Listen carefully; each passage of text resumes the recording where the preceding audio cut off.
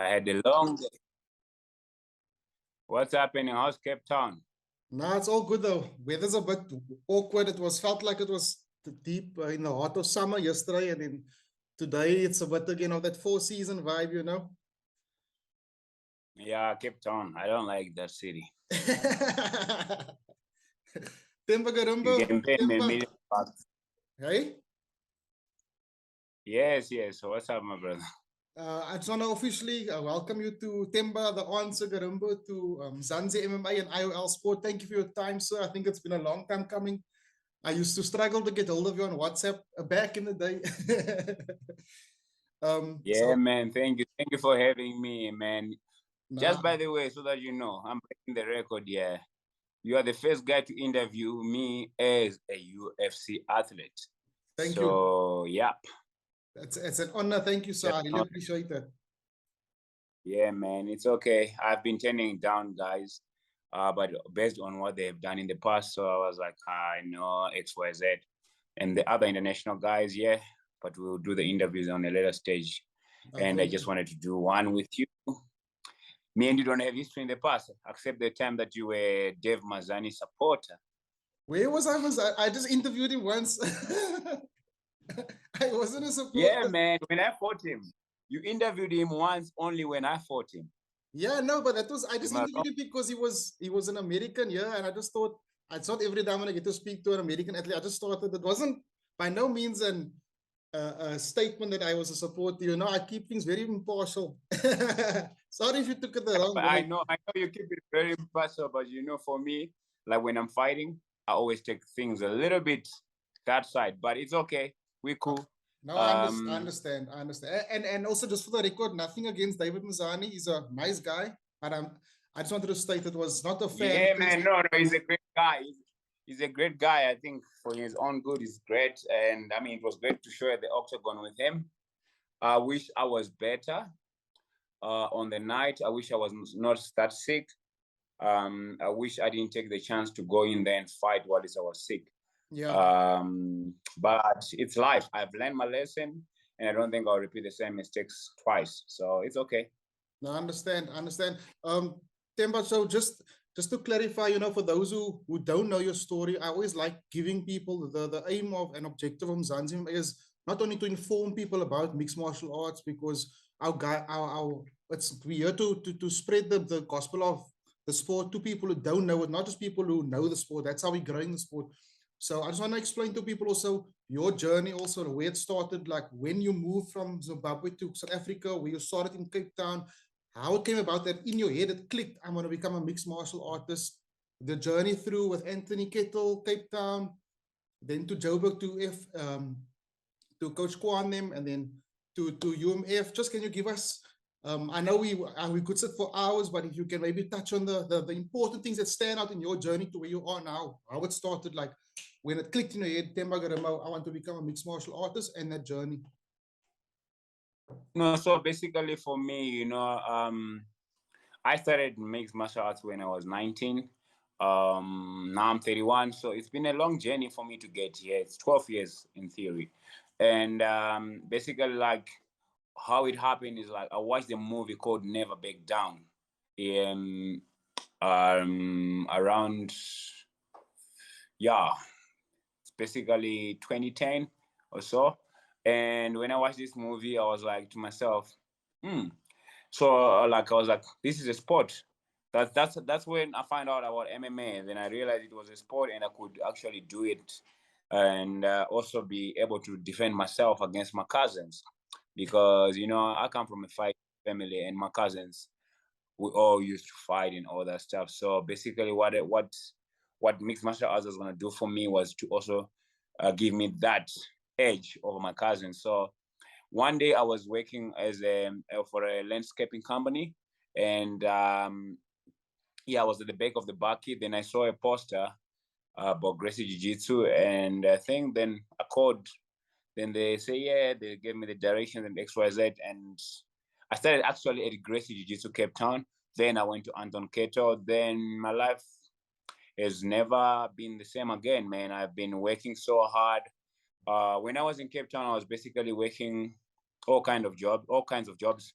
just to survive and to pay for my bills and stuff like that. And I've done anything that you name in Cape Town. That's why I don't like the city. I don't like the city based on the weather. I don't like the city based on anything except the thing that I've suffered so much in that city, man. I like every time I think of Cape Town, I remember my struggles, man. I remember going home without a job and having no money to pay for my rent. Like coming from the marketplace where you look market for jobs, going home without money for rent, and you don't have even money to buy lunch or breakfast, man. And yeah, it was tough even to buy a packet of noodles. I remember this, and it was so tough for me that it left a bad taste in my mouth. Like that's one thing I'll remember about Cape Town: the suffering and the suffering and the suffering. That's why I actually, like, all my cousins are in Cape Town, but I really never visit Cape Town ever since I left Cape Town. I go there only when I fight, or when my teammates used to fight. But other than that, I'm not visiting Cape Town. I like the city, the way it looks in XYZ, but at the end of the day, it reminds me of the bad memories. I had bad memories in Cape Town. Yeah, so I worked as a security guard, painter, gardener, you name it, I did it. I think I've painted over full houses, 30, 40 houses in Cape Town. Small flats, I can't even count. I worked as a security guard, Boita Hota, Seco Center in Tableview. And I used to work 17 hours, man. I used to work 17 hours from basically like 6 a.m. to 11 p.m. You know, and the boss, the owner that used to own the Pick and Pay, he liked me so much because I was so brave and I was catching people that were stealing in the shop, and he never wanted to give me an off day. So he always wanted me to come to work all the time. But I'm chasing this dream of becoming a professional MMA fighter. I'm still amateur then. I'm chasing this dream of becoming a professional MMA fighter. But also the boss that is giving me them, that is paying me, is literally wanting me at work every single day. He's like, no, I need that boy to be here tomorrow. Like because I was basically the first guy, he said, that was so brave to always be catching guys that were stealing, from staff members to guys that were just walking in. Anybody you name them, I used to catch them, and I was never scared. Like, this is South Africa, you can get shot or killed for these things. But I never thought of that.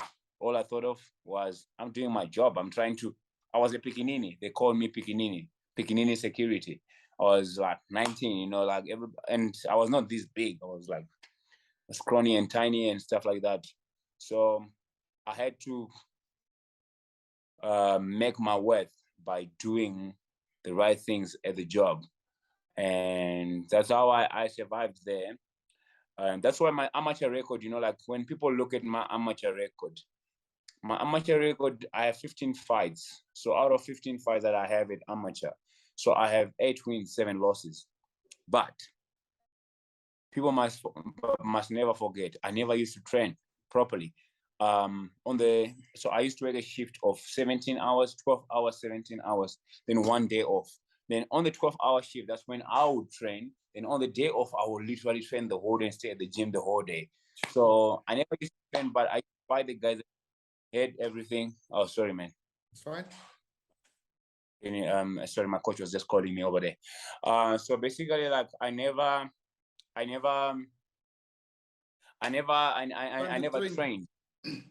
I never had time to train. And in Cape Town, you name them, I fought them. Any very good waterweight, midweight, lightweight that was from Cape Town, I fought them. And at the amateur circuit. And I used to lose, sometimes I win. And it was a tough journey. And I think that's what made me who I am today, because I had to learn so much about losing, that I hate it so much. And all I want to do is keep winning and winning and winning and winning and winning. And I believe the sky is the limit for me, that I'm here now in the UFC. It's a great opportunity for me to showcase my talent at the best of the best stage in the world. And yeah, man, the sky's the limit. And by the way, I just got my visa right now, like 2-3 hours ago. Nice. Yeah, so we were looking at an option of fighting next week in France. Is that on the But Cyril, yeah, on the Cyril Gun card? yeah, man, we were looking at getting that option because otherwise I was gonna wait until December and fight. But now that we got the visa, it just opens more avenues for me. So, yep, we're here now. We got the visa. Like I have a visa already, but you know the visa for the UFC P1A. So it just came out today. I just need to go and collect it and stuff like that. But yep, I'm here now. I just wanna inspire the world and show the people that if you believe in yourself, you work hard. I think you believe in yourself, you work hard, be honest enough. And against all odds, like most people don't want to be honest because sometimes you're going against the grain and people don't want to go against the grain. Like for me, I see my father as a guy that is hardworking, but I'm also not scared to say a shovel is a shovel, you know? So if you work hard, believe in yourself, you're honest enough, your journey will prosper. So I actually wanted yeah. to speak about that to you, but I wanna park that for now because that's something very important, a quality that you have. But I want to speak about that just now. I just wanted to know from you also, Themba, the transition, like from in terms of your management, because I remember at one point you said, I think it was just after you won the title, the EFC Mhm. welterweight championship, and then you still said, Cairo is the guy sorting out my business because he was basically sorting out your liaising in terms of the UFC contract that time. What happened? Did you change management, or what exactly is the situation? Who are you? Who's under which management are you now? So I'm with Iridium Sports Management. I think it's the best management company in the game. Myself and my manager Jason House, we are very close. And Iridium. Lance, Who's the other guys I know of who's with Iridium? no, nobody in South Africa, man. No, Nobody. it's international guys, man. Can you name Yo, some? no. Jason has got over 150 athletes active in the UFC. Okay, okay. Now So I've heard that name quite a few times already. no, Iridium is one of the best. And for me, we kind of like work together in terms of like we come together in a way that my manager is very humble. My manager doesn't, as much as people think I'm not humble, but I'm the guy that speaks his mind, and I don't think that's being arrogant. Um, my manager is very humble. You don't see him on social media much. He's the guy that puts his head down and work. He does his work. That's why he's got so many athletes in the UFC, active current fighters in the UFC, and he's not in there for fame or whatsoever. You don't even know him, you know. Oh, You wait, know, you put up you know Ali appreciation. Abdul. You put up appreciation post of him now the other day, no? Yeah. No, even Yeah. today, man, when that came out, like you know Ali Abdulaziz, you know Maoki Kawas and stuff like that. Actually, was with Maoki Kawa before I went to Iridium. First round management.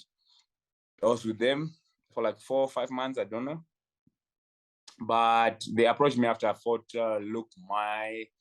after defending my title with Lau Karam. But you know, like it was not my thing. You know, I realized that I'm with the wrong people because one, they were messing up with the UFC. They were fighting. This is once my contract with the EFC finished. So I realized they were messing up with the UFC. They were fighting with the UFC all the time with the George Masvidal thing and the John Jones thing. And also they wanted the spotlight more than the fighters. I'm not speaking dribble here. I'm speaking the truth. And I just decided, you know what, guys, cancel my contract. I'm going a separate way. And I looked up on the management companies in the world, and top MMA management companies in the world. There was Saga Panzer, there was Iridium, there was Rubse. And for some reason, I like the rest, all these management companies, they send me contracts. And for some reason, I signed with Jason, and it worked out for me. Because yeah, man, he was honest and upfront and truthful, and yeah, we kind of like have the same mindset. He's very straight. He's very upfront. He's gonna tell you exactly like it is. And for me, that's the people I want. I don't want people that will pretend or lie or XYZ with me. I want people that will tell me the truth and say, hey, Themba, no, this is wrong. You need to, do this, or you need to do that. Or just be honest and say, hey, UFC said, no, they're not signing you. Don't lead me on. Don't let me believe. Don't make me waste my time. And then we move on to one thing to the other thing to the other thing, like we did. We had a fight in Abu Dhabi, lost the fight. We needed to come back and get a win. And even after this win that I had in New Orleans, we didn't look at coming to the UFC. We were looking at either getting the Fury title, because Fury had offered me the title fight, and Jason said, no, we're not worried about getting the title. Let's just get another win. Then he was pushing me to get a fight a week after. Then I was like, okay, cool. I wanted to get the fight as well. Then my body was kind of slow when I went to training, but I was like, no, man, I need to fight. Then eventually mentioned to me and say, hey, the only reason I'm trying to push you to get this fight, if you're on a 2-fight winning streak, we got a big chance of getting on the contender series. And I'm like, oh, okay. Then we were on for the fight. Then the guy, Zach Jasula, whatever, he pulled out of the fight. Then I ended up coming back without a fight. Then I met Sean Shabby at the UFC after party where Adesanya was. And I saw the picture. Yeah. So that's where I met Sean Shabby. And I mean, we can talk about that later. I just wanted to answer your thing about the management. So I'm with the Iridium, and Iridium is looking after me. And yeah, those guys have won me for life, because you know what? I appreciate people that are honest with me, and I appreciate people that change my life. And they've changed my life, brother. As much, let's say I don't have much right now, my life is completely changed. Whatever happens tomorrow, my life is different. My life has changed. Like only like certain percentage of fighters in the world make it to the UFC. Just to make it to the UFC, to have these three letter words. And yeah, to just have that contract is a big, huge thing for me. Now I want to become the first African that lives and trains in Africa. To become a UFC champion. That's my goal. That's what I want. And I believe I will get that. And I've put that in the universe long enough, just like I did for this, to say I want to be in the UFC long enough. And I'm put in certain positions for very, very good reason. I'm put in these positions to make history, and I will make history. Cool. I just saw now that we have 10 minutes left on this meeting. The time flew so quickly, but I'm gonna send you another link so we can continue once this is done. Yes, sir. But I just while we still have time, I was gonna just ask you, so what happened? You were set to fight at the contender series once upon a time, and then can you just tell exactly what happened there when that didn't fall through? Was it also because of the COVID, or was it a visa issue? No, that was so you know what's funny? In 2020, I was actually supposed to step in on short notice on the UFC in Abu Dhabi. Then I lost my passport. Hey. Stupid me. Yeah, bro. Like I lost my passport. Yeah, I lost my passport. Then literally took a hike in a hearse. A hearse, the car that carries dead people. Yeah. Because the only cars that were allowed to go up and down through the borders and stuff, Zimbabwe, South Africa, it was those cars with dead people. So literally I hiked on a hearse all the way to Zimbabwe to try to get a new passport. When I'm there, when I'm organizing a new passport, then the deal fell through. I was still with first round management then. Then it didn't go through and whatsoever. Then I was like, okay, cool, no problem. I tried, and then what happened? Then I signed with Iridium. Then we were pushing to just see if we can step in on short notice. But COVID was happening, and it was so hard for anybody to come out of Africa to go and fight there. So I mean, all I could do was train and watch other people succeed, and it was great. And then what happened is I in April. I think I even remember by the date. I think I was driving to Zimbabwe or some sort. I had a message. I think it was 7 April or something last year. I had a message from my manager saying to me, "Hey, Themba, Sean Sab is looking at putting us on the contender series this year." Then I'm like, oh, excited. Then the visa was the problem because the embassies were not pushing the visas fast enough. And then my manager was getting the other visa themselves, like a different visa from the UFC. Then it didn't come through, and I was broken because now I had two opportunities missed just because of this whole thing that was happening with COVID. Then I'm riding the storm, June, July, August. And yeah, man, it was just tough to see. And I was like, there's nothing I can do. All I can do is to wait. And when my time comes, I will shine. So I went to Zimbabwe back home and I met the president in Zimbabwe. Then I met Kala Espaza. She was one of the people that actually gave me good insight about this career and stuff like that. Taking that championship mindset of hers, like she says to me, be patient. If you want it long enough, it will come, but just be patient. And I was a little bit patient, but patient, but impatient. And then I just like it didn't come through. I was hurt, disappointed. Then I booked my own flights to Abu Dhabi because I knew the UFC was going there. I think it was on the 29th of October 30th of October whatsoever. I can't remember the day properly, but it was like the day before I fought on the 29th of October. So it was on the 30th, the UFC. So I booked my flight to Abu Dhabi for the 22nd of October. My own flights, my hotel accommodation. Then I sent to Mick Maynard, to Sean Shabby, and say, Sean Shabby, this is my ticket, this is my flight ticket, this is my hotel accommodation. If anybody pulls out, please give me the opportunity. If anybody pulls out. And it was expensive. And this is just after Corona. Nobody's making money. But I wanted to show them that I'm willing to do anything just to be in this promotion.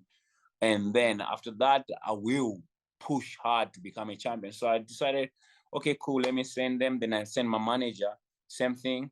And he says, great, let's see what happens. And he puts out there.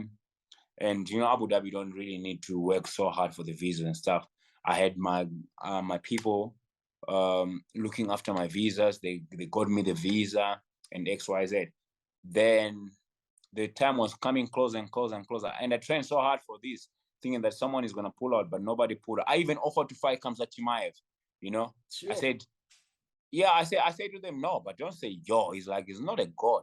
Come on. No. I'm just saying you're hungry to get there with this whole story, man. But yeah. So, but yeah, man, it's not like, like now I can't look at these guys different. I look at them as my future opponents. So yes, I got a different mindset I have now towards these guys. So I was like, I offered them that if Jin Liang pulled out, like I have emails of this, if Jin Liang pulled out, please, Sean Sari, give me to fight Khamzat Chimaev. And time went by and nothing was coming. Then I was like, ish. Then I reached out to Cyrus Fees. I'm like, Cyrus, listen, brother, I've got a visa. I showed him my visa. I've showed him my ticket, my flight tickets to Abu Dhabi and XYZ. Then I said to him, can you talk to UAE Warriors to get me a fight on the card? Then he talked to Faud Dawish. Faud Dawish loved me straight away from that, from me being the guy that puts it out there and having to put the visa and my own flight, just wanting to fight. The owner of UAE Warriors, he loved me straight away. He's like, okay, cool, it's a done deal. Then they gave me the fight. So first I was supposed to fight some Russian guy, Rama, whatever you call him. He was on the contender series, but he won, but he was not given the contract. Then the second guy, he pulled out straight after. This is like in a 3-week period. He pulled out. Then another Russian guy, then he pulled out. Then another one who fights in Ego FC now, Raimonti, whatever, he pulled out. Then eventually I had to fight Anderson Ferreira. He is the only one that didn't pull out. He took the fight on 8 days' notice. But I had a series of guys pulling out. you know. And then I took that fight. I was healthy, no injuries, no nothing. I went there to Abu Dhabi, cut my weight, everything was fine until that moment. 28 seconds into the fight, I can't remember, threw a punch. I don't know which part did dislocate my shoulder. Then on the clinch, he pushed my shoulder up, and my shoulder was dislocated. And yeah, man, I just fought through. I fought through with one arm for 3 rounds, and I still cornered Sylvester with a dislocated shoulder. You know how painful is that? You saw yesterday on the Contender Series, there's a guy that dislocated his shoulder, and he tapped straight away. Brian Ortega, he put out his shoulder, he tapped straight away. The other guy, Brendan Reval, they tapped straight away. I continued to fight because I was like, I'm not going to let this guy beat me or knock me out. So I said to myself, I went to a state where I'm like, it's either he knocks me out or I'm going to just keep coming until I get a lucky shot or whatsoever, because I've got one arm now, But it didn't happen at high level like this. You can't win a fight with one hand, unless you're like, I don't know. But I learned that you can't win a fight with one hand. But also, I'm not going to surrender easy. I got to fight, So I kept fighting and I lost on points. Went backstage, the doctors wanted to take me to the hospital. I'm like, no, I want to corner my teammate that is fighting on the last fight. So I stayed, cornered Sylvester. After Sylvester's fight, then I went to the hospital. And then that's when they put the shoulder back in. So yeah, it's been quite a painful journey and strange journey to get here, but I'm grateful. I remember, I still saw the videos of you in the hospital. So when chatting with the nurses also, I don't know who was recording you. Yeah, that was hectic. So you touched on quite a few things now that I want to actually ask you also without me actually having to probe. I just wanted to also speak about this, man, like, which I really admire. Like I was going to ask you about how tough it is to actually make the transition into the UFC. Like we spoke earlier about some fighters, things come a bit easier than others, whether it become social economic conditions, because some people don't have to worry about coming home and not having a plate of food. Some fighters, if they don't fight or they don't work, those things are real life issues that you have to deal with. Some people don't have that. And I kept on watching you make those, when you make those videos about when you will be going into UFC, and then the COVID happened and all those issues came about, but the timeline changed also. Like, can you just tell me about exactly how was it that Mamba mindset where you actually trained yourself to constantly remind yourself, even in those darkest of days, like, yes, I'm going to be in the UFC. Yes, I'm going to be in the UFC. When it was first 2020, you said in 2022, you'll fight Kamaru Usman. Obviously, now all those things came into, like I said, the goalposts stay the same, but the timeline just changed. Can you just tell us exactly of where did that strong mindset come into you? Was it brought about from a young age already, or where did Themba Gorimbo get that mental strength? To be honest with you, like you just mentioned it, like I think it's the way I was brought up, man. Like, I grew up in a very tough conditions and tough situations. I lost my parents my mother when I was 9, my father when I was 13, and I went to the diamond fields when I was 16. And that place is the place that actually changed me, because man, there it was do or die, bro. Like, it was crazy because at the diamond fields, people were ruthless. You had to stand up for yourself, because we're talking about things that are called like worth over millions, and people would kill you for those things. And for me, I think the transition to go to the diamond fields, is the determining factor here, and that's what changed me, because I had to learn to grow up so fast, and I had to learn that if I don't go and take risks, if I don't sacrifice, I will not eat. Same, we go to the diamond fields. If you don't go into the places that are dangerous and extra, you're not gonna catch a diamond, bro. You're going to stay there for longer, and the longer you stay, you're running out of food and supplies. So for me, that was the turning point. Like, I think my mindset changed there. Then when I came to South Africa, I was deported on the first day when I came to South Africa. But guess what? I didn't go back home. When they deported me, I'm the Limpopo boy. I told them, drop me here. when they dropped me, 7 o'clock, I was back in South Africa again. So I think I had always this. I have always had this mindset where I always want to push forward. I always want to push forward. I don't give up easy. So with this transition to get to the UFC, I'll be honest with you. So, like you say, for some fighters, it's great and easy because you know you got your family supporting you, you got financial support on backing from sponsors and parents and family. My family got nothing, bro. And literally, I got one sponsor only now when I became a champion, you know. But also, having that said, I never wanted sponsors because I also know that then they will keep you handicapped, you know, like then you can't say certain things. And I'm a very guy, I'm a person that wants to say what he wants to say, you know. I don't want to be held like like beyond my will, like they will tell me what to do and what to say, how to act and how to behave. That's not me. And I see it with so many fighters. Like they have something to say, but they are like scared of what people will say or sponsors will do. And it's a big problem. So for me, I never had sponsors. I never had interest to having more sponsors or whatsoever. The sponsor that I have, that is Cyberfox, God bless them. They let me be who I am and they understand me. And I work with them in a good way. And I don't think I'm an embarrassment, but I also will not shy away from saying embarrassing things if I have to say them, you know? But you obviously say it if it needs to be said. Yeah, I say what needs to be said. And people will look at me and brands don't want to associate themselves with a person that is independent like me, that wants to say what he wants to say when he wants to say it. Or yeah, you are an athlete, you need to be a brand ambassador, you need to be what do you call it, an idol, and someone the kids can look up to. Like Adesanya always said, raise your kids. I'm not here to raise your kids for you. I'm not here to be an idol for your kids. If they feel like they can idolize me, great. But they must idolize the real Themba, not a fake Themba. Mm. You know what I'm saying?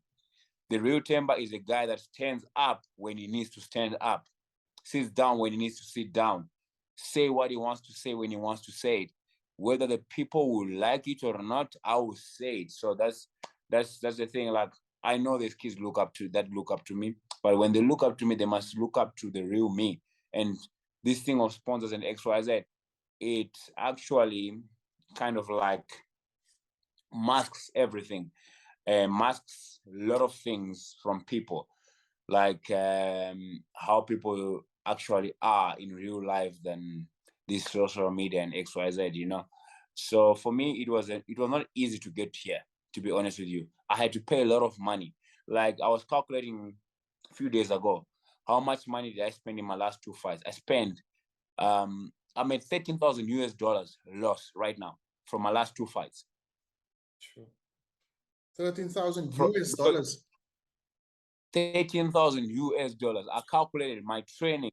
I traveled to America for my training again to stay there. And for this fight, I got paid whatever I got paid, but that was not even half of what I spent for this fight. Do you understand? I paid for my own corner's flight from South Africa to there, Sloan. I paid accommodation. I paid my own flight to go to America. I paid my flight going there. The flights only costed me $4,000. Flights only to go and come back, $4,000. We don't count the money that I spent to get into the gym, because we went there a few days earlier to get into the gyms, to get the massages, to get the Uber. The Uber in America is expensive, bro. Food in America is expensive. Everything is expensive. So, and where did you stay? It was in New Orleans. It was we stayed at the Black Hotel, whatever you call it, but it was not cheap either. And then I had to fly myself and my cornerman to Denver, Colorado, so that my coach can see how it is like also in America, how the guys train. And I flew both of us to Denver. Then from Denver, I had to fly him back, and I flew to Vegas. So I've spent so much money just to get to this position. But guess what? It paid off, because you know what? I flew to Vegas, and Corey Sandhagen messaged me, actually says to me, "Hey Themba, I got one extra ticket for you, but not for your coach. But if you would like to come here, I've got a ticket for you, and I've got a accommodation for you too in Vegas. Then I was like, Corey, I am like, I am grateful. I'm coming. With the last money that I had, I said, Corey, I'm coming. And I'm grateful and I'm glad I made that call. Because you know what? If I thought about the money a lot and didn't fly from Denver, Colorado to Las Vegas, I wouldn't be in this position today, because that trip is a trip that changed everything. It was one of them, like my last money, basically. And I'm thinking to myself, I just need to go and watch this UFC, but is there anything I'm benefiting on this except being there? And I don't want to be someone's problem, but I said to myself, my manager lives in Las Vegas too, but you don't want to have to be a headache for people. And I decided, you know what, I'm going to fly to Vegas. I'm going to watch the UFC. I am going to, like, I had a free accommodation from Corey, and I went to Vegas. That trip is a trip that changed my life, to be honest with you. When I got to Vegas, Corey was welcoming to me. He took me everywhere, bro. Like, I was in the bus with the UFC athletes only. The bus that takes the UFC athletes from the hotel to the UFC event. And for some reason, I was like, this is surreal. But it felt normal when I was on the bus, to be honest, because I'm seeing the Yuri Projaska. He's sitting right in front of me. Jan Vovovic is right next to me here. Johanna and all the other UFC athletes that were there. But you know what it felt like? It felt really normal. I didn't feel like I'm starstruck or whatsoever. I mean, like with you, Johanna, like you, I was starstruck. you belong there. No, yes, I felt like I belonged there. And the only person I was starstruck was with Johanna, because I was like, wow. Like, that was, yeah, but she's a star, but everybody's a star. And Jiri is crazy. He's got the same mindset as me, I think. Because he's crazy, bro.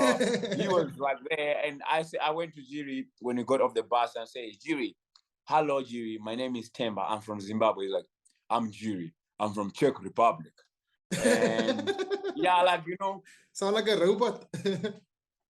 Yeah. It was like a robot, but it was surreal. But you see, the trip that I made with the last money that I had to go to Las Vegas was a trip that changed my life, because I got there, then I got to the VVIP, the UFC VVIP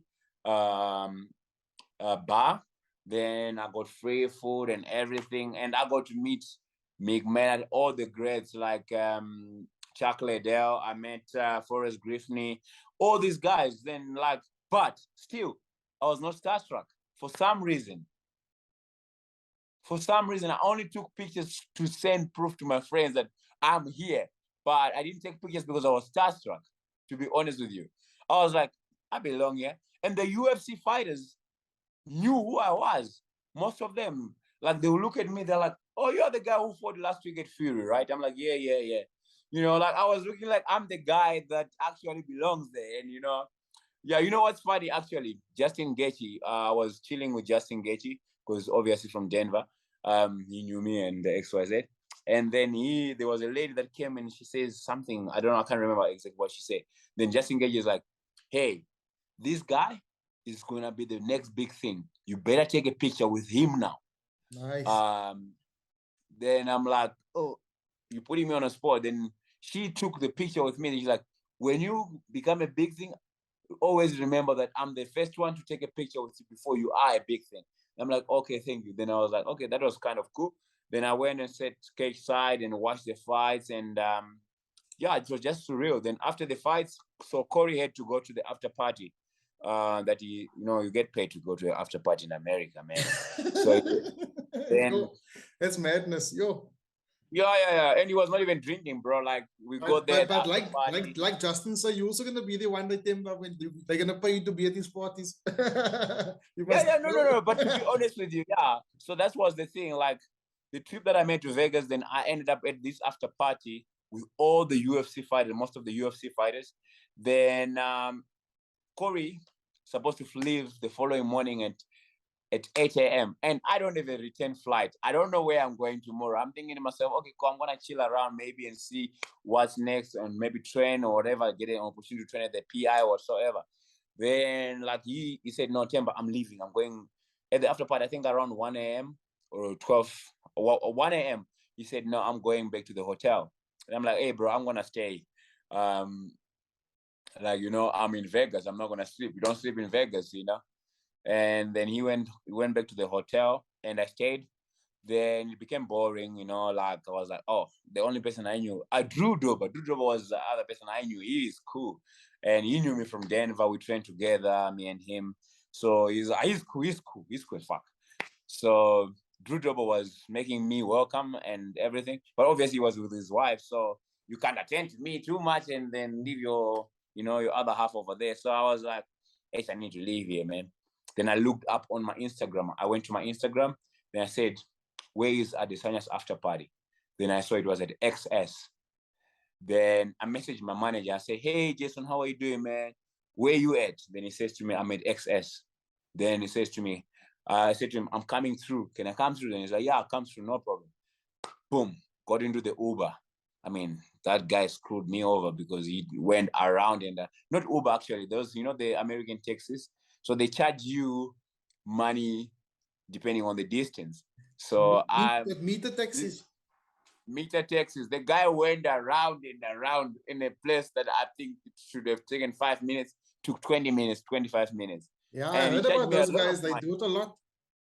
Yeah, he's like, no. I'm like, hey, bro, I'm not from here. I'm from Africa. He's like, I'm your brother. He was also, I think, from Africa, some country in Africa. But, there's no brotherhood in the jungle, bro. Then basically I was like, ish. I got there. Then I told the bouncers it was about to close in terms of like letting people in. It was too full. Then I'm like, hey, I'm joining these people. Then I show him on my phone. Then they let me in, the bouncers. They didn't let anybody in, anyone that was just there in. Then they let me in. Then I said, okay, thank you, God. Then I got in there. Then I went to see my manager. Then my manager was there with Sean Shabby. Sean Shabby was around. Then everybody was just there, Then I went to Adesanya, and this is the crazy thing. That's why I put a post about Adesanya. People think that I'm trying to find clown or whatsoever, but that guy, he was cool to me, like he knew me. Like he came to me like, oh, you're the kid from Africa, right? When I went closer to him, he was talking to somebody. Actually, then he says to the person that he was talking to, he said to the person, because I was waiting just so that he can speak to the person, and I'll speak to him also. Then he says, hey, hold up, I need to speak to him. He's like, oh, you're from the... Then I told him my name, and he's like, oh, Themba, okay. Then we started speaking, and we were talking, and I'm telling him, hey, man, you must tell Blood Diamond that he beat me to become the first Zimbabwean in the UFC. He's like, hey, Themba, you know what, my brother? Save your journey. Channel focus on your path. Blood might be the first. Who knows what you will do? Just focus on yourself, and you will become. You'll be in the UFC if you focus on yourself a little bit more, and just don't worry about other things. Be you, focus on yourself, and you will get there. Then like every time, then we're chilling around. Every time, like Adesanya sees me, he's screaming, "Themba, my brother!" Then he comes, "My brother, I love you." So then I think it raised attention to Sean Shabby, to be honest with you, that Adesanya, who's this guy that Adesanya is keeping screaming at? And then he went to the bathroom, and he came back, and I'm on the dance floor like pretending I'm dancing, and everybody's gone. My manager was gone, and Shonsep was still there by himself. And Vogonoski and all of them, they were still there. Then Adesanya came back from the bathroom with his girlfriend. Then he, from like far, then he's screaming, "Themba!" So it raised attention to Sean Shabby that, hey, who's this guy? Probably. Then I went, I was like, if I don't go to Sean Shabby now, I'll probably regret for the rest of my life. Yeah. And I went to Sean Shabby and I said, hey, Sean, how are you doing, man? Nice to meet you. Then he's like, you are Themba, right? Then I'm like, yes. So I was so happy that he knew who I was. He's like, you live in America now? Then I said, no, Sean, I don't live in America. I'm actually going back to Africa tomorrow. I live in Africa. He says, huh? Then I say, yes, yes, yes. I was fighting last week in Fury. They say, how did your fight go? Then I said to him, yeah, I won my fight, man. He's like, oh, you won your fight? Very good, Themba, very good. Can you fight in September? That's exactly what he said. He said, can you fight in September? Then I say, Sean, not September. I can fight next week or next weekend if you want me to fight. If it's the UFC, I'll fight next week or next. Say, no, no, no, screw that. Can you fight in September? Then I said to Sean Sabi, yes, I can fight in September. I said, deal. Then we shook on it. And he's a man of his word. We shook on it. He's like, deal. I'm getting you on Contender Series in September. Then I was like, this is surreal, So like, he didn't even ask you your weight or anything like that.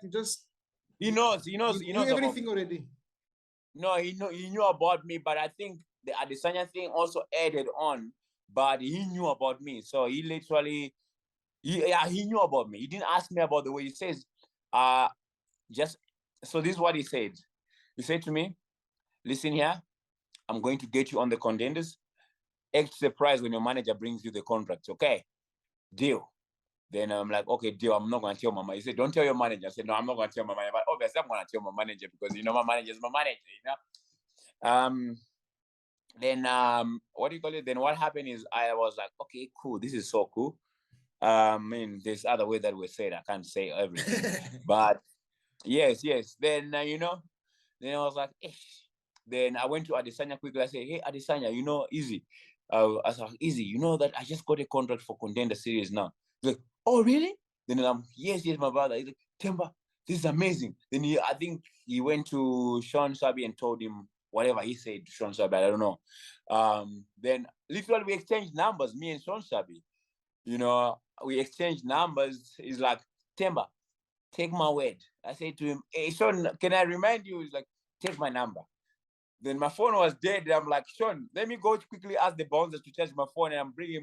I'm coming back to take your number. He says, put your number in my phone. Then I put my number in his phone. Then he messaged me, hey man, it's crazy how life is, bro. Like it's like a movie. Then he says to me, yeah, extra price when a manager comes to you with a contract. Then I took off. I was like excited. I took my Uber. I went to the hotel, to the Red Rock Hotel. Then when I got there, I saw Johanna and boyfriend and G and his wife. So we chilled. I didn't want to go and disturb Corey. He was already sleeping and he was leaving in the morning. And it was around 5 a.m. Then I thought, no, let me just chill here until Corey is awake. Then Corey woke up at like 5. He's like, hey, bro, where are you? Are you okay? And I'm like, yeah, I'm downstairs. I'm just sitting here with Johanna and them. He's like, oh, okay, that's cool. Then he saw a picture that I took with Adesanya that I had posted. He's like, where did you see Israel? Then I said, no, I went to the after party. His after party. He's like, oh, that's great. And I said, by the way, Sean Shelby said he's going to put him on the contender. He's like, oh, great, Themba, that's nice. Then I'm like, hey, bro, I can't thank you enough because if it was not because of you, I wouldn't be here. Then he says, no, I'm glad I took part in the whole thing. And yeah, that's how crazy it is. That's how it happened for me.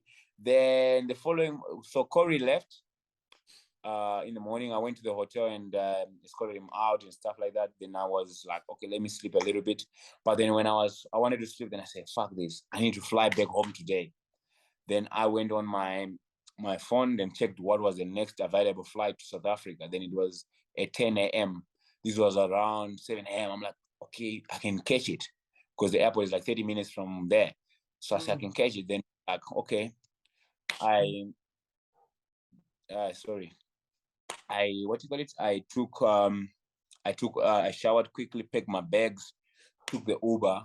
My manager doesn't know anything about this. I took the Uber, gone to the airport. Then I'll say, I'll only tell my manager once I have the ticket and everything. So I call my wife. I'm like, please, can you book me this ticket? And then she's like, okay, she's trying to book the ticket. Then we couldn't book the ticket. The 10 o'clock flight. I'm like, fuck. Then I'm like, okay, what's the next flight? Then I saw the next flight was around 4 p.m. with KLM. But it was going to last like 48 hours because I was going to have I think like 16-hour layover, 24-hour layover in Amsterdam. So yeah, it was a hard one, but I was like, no, I need to take the next available flight to South Africa. I can't stay here. I need to go and train for this Contender Series fight. Then once the ticket was booked and everything was booked, Then I messaged my manager. I said, hey, Jason, how are you doing, man? I'm at the airport, brother. I'm leaving. He's like, Jason was surprised, like, Themba, what's up? What's happened? I'm like, no, I need to leave. I need to go, man.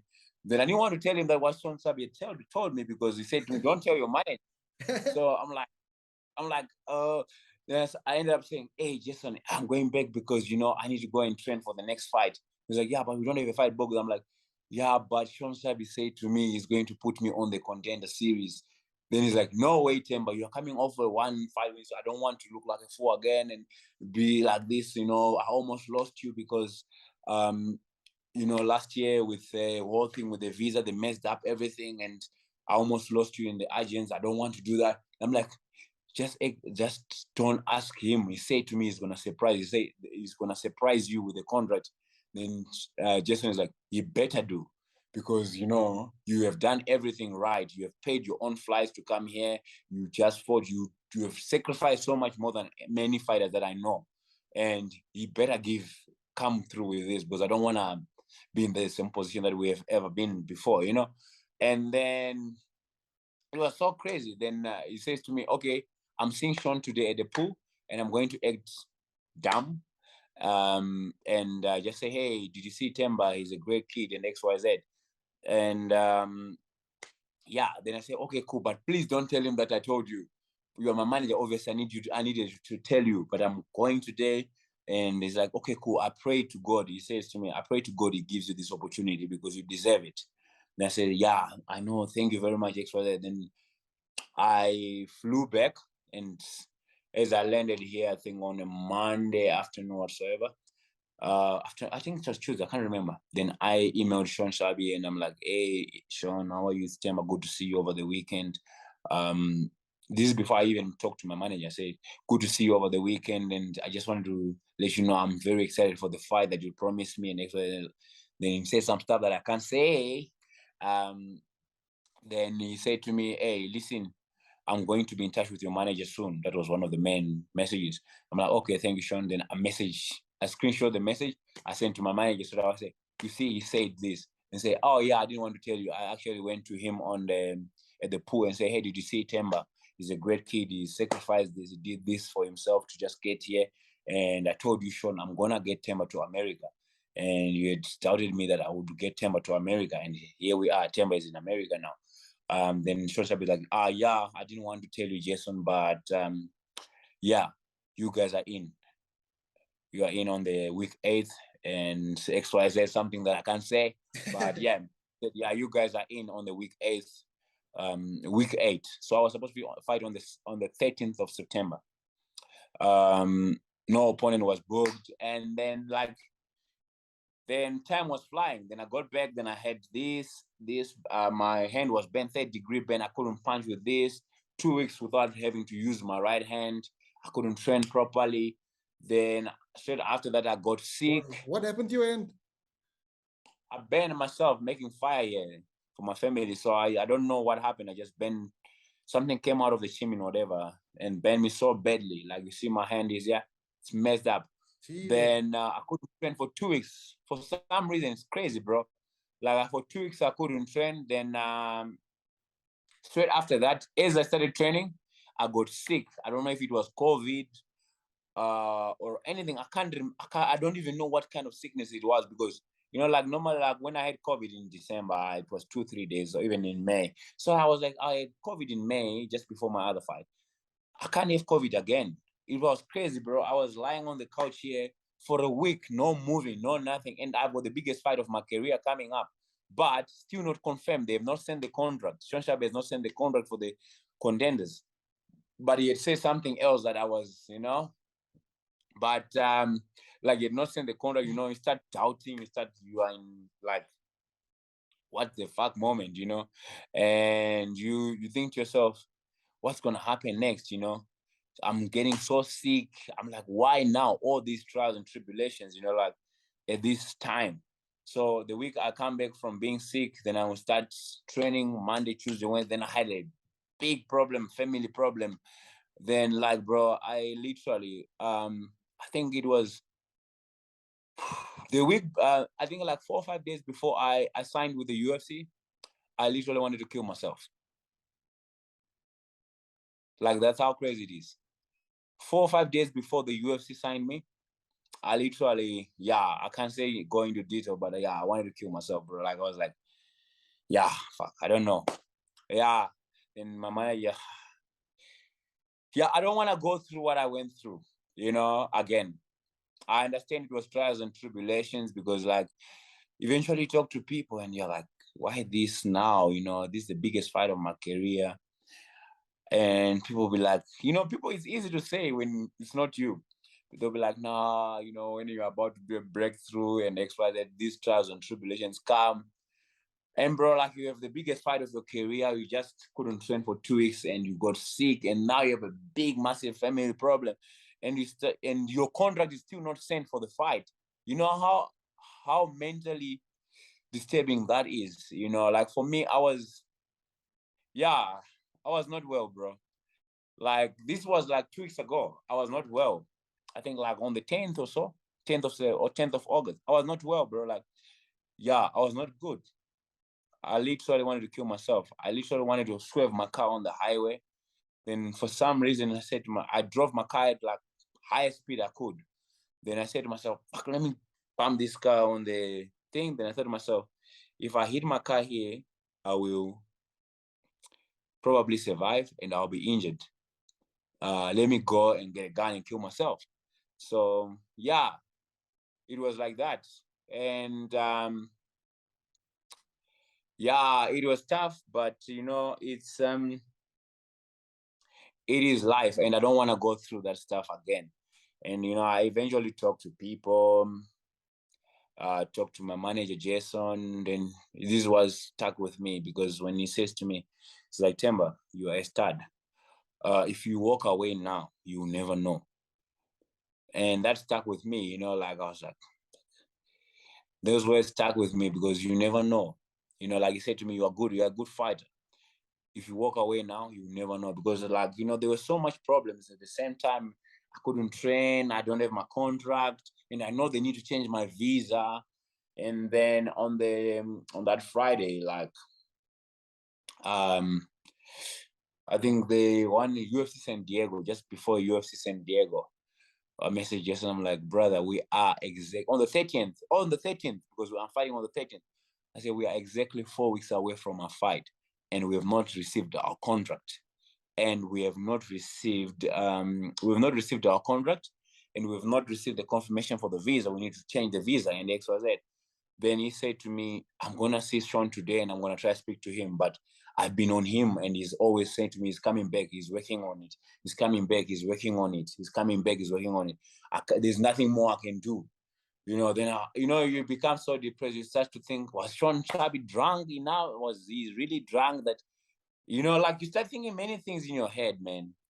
Bro, I was so down when this thing happened. Like, my life was like the other way around. People see us, see me being so happy and jovial, but sometimes we got things that are affecting us, but we just have to try and smile. And that Monday, I actually had a funny dream on the 13th. That was when I messaged Jason. On the 12th, I had a dream. Someone was screaming at me in my dreams. I don't want to lie to you. Like, someone was screaming at me. It's like, it's on the 16th, damn it. In my dream, someone was saying, it's on the 16th, damn it. So I was like, I woke up, I'm like, someone is screaming at me saying the 16th. Then I'm starting to think, is my visa appointment on the 16th? Is my fight moved to the 16th of September? Or I didn't know. I just, like, what's happening on the 16th? And I'm off WhatsApp and thing. I only have WhatsApp that I only communicate. I've got 2 phones. I only use my WhatsApp that I use. The only people that I have my WhatsApp is only my wife and my manager, and my my wife and my manager and the guys on the management team and stuff like that. Even my coaches don't have this WhatsApp. So, like, I always leave this phone in the car because I try to isolate myself from a lot of things. Like, one reason I'm back on social media on Instagram is because the only way I can make more money when I'm in the UFC is by being active on social media, and people need to kind of like know who I am. Yeah, exactly. But that time will pass too. So with WhatsApp, I completely deleted it. I'm off WhatsApp and XYZ. So then that day, I always leave that phone in the car because the network on my Wi-Fi connects when I leave my car there. So when I get here only at night, then I go there, then I check if my manager has messaged me, or if I have had a message from anybody that is on that WhatsApp, Then that day I said to myself, on the 15th, that Monday, I said to myself, I dreamt of the 16th. For some reason, let me take my phone inside today. Let me take my phone inside and go with it inside. Then I said something is going to happen, because you can't just dream of somebody screaming, oh, it's on the 16th. And for God's sake, I don't know what that person was trying to say. I wish I can recall the whole dream, but I only remember it's on the 16th, damn it. Then I'm like, okay. I put my phone on the side in silence. I slept. I woke up at 4 a.m. trying to go to the gym, press my phone. Then I see 3 missed calls from my manager. And it's now on the 16th. You see, it's on the 16th here in South Africa. Missed calls from him, 3 missed calls, and a message say, call me back now. He didn't say call me back. Call me, brother. Please call me back now. So I was like, okay. I took my phones quickly. I came here in the thing. Then I thought to myself, fuck, it better be good news, because I don't know, because now, but he also called me video call. I kind of like, why would he call me on a video call to tell me bad news? Probably some good news whatsoever. Then I called him back. Then he's like, the first thing that he said to me is like, your fight has been canceled. Bro, my heart was broken. My heart, like in a second, we underestimate the value of a second until you are in shit. I thought so many things in my head in that 1 second, 2 seconds, bro. Like, I was thinking to myself, is this why I was dreaming this 16th for this bad news? Bro, then I started thinking, I've sacrificed so much and I've gone through so much now in my life. Bro, like, so many things came to my head in that moment.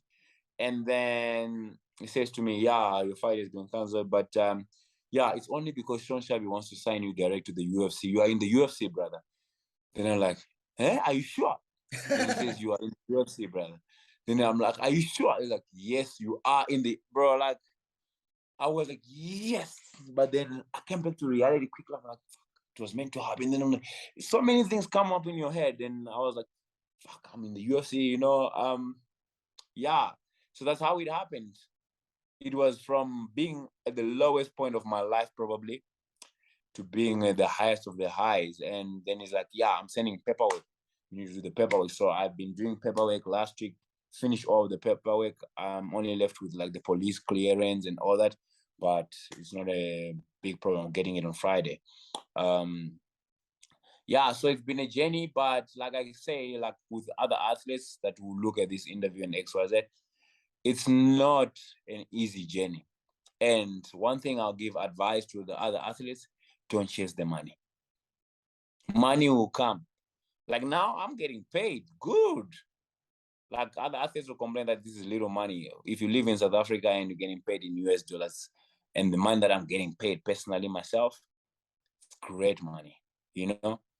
I'm lucky. I don't say I'm lucky. I'm blessed in a way Blessed, yeah. because Luck is yeah, from the I'm blessed devil. in a way.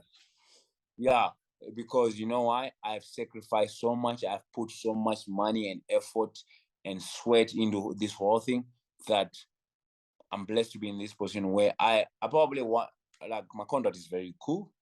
It's not like a beginner's contract. It's good. I'm getting paid well.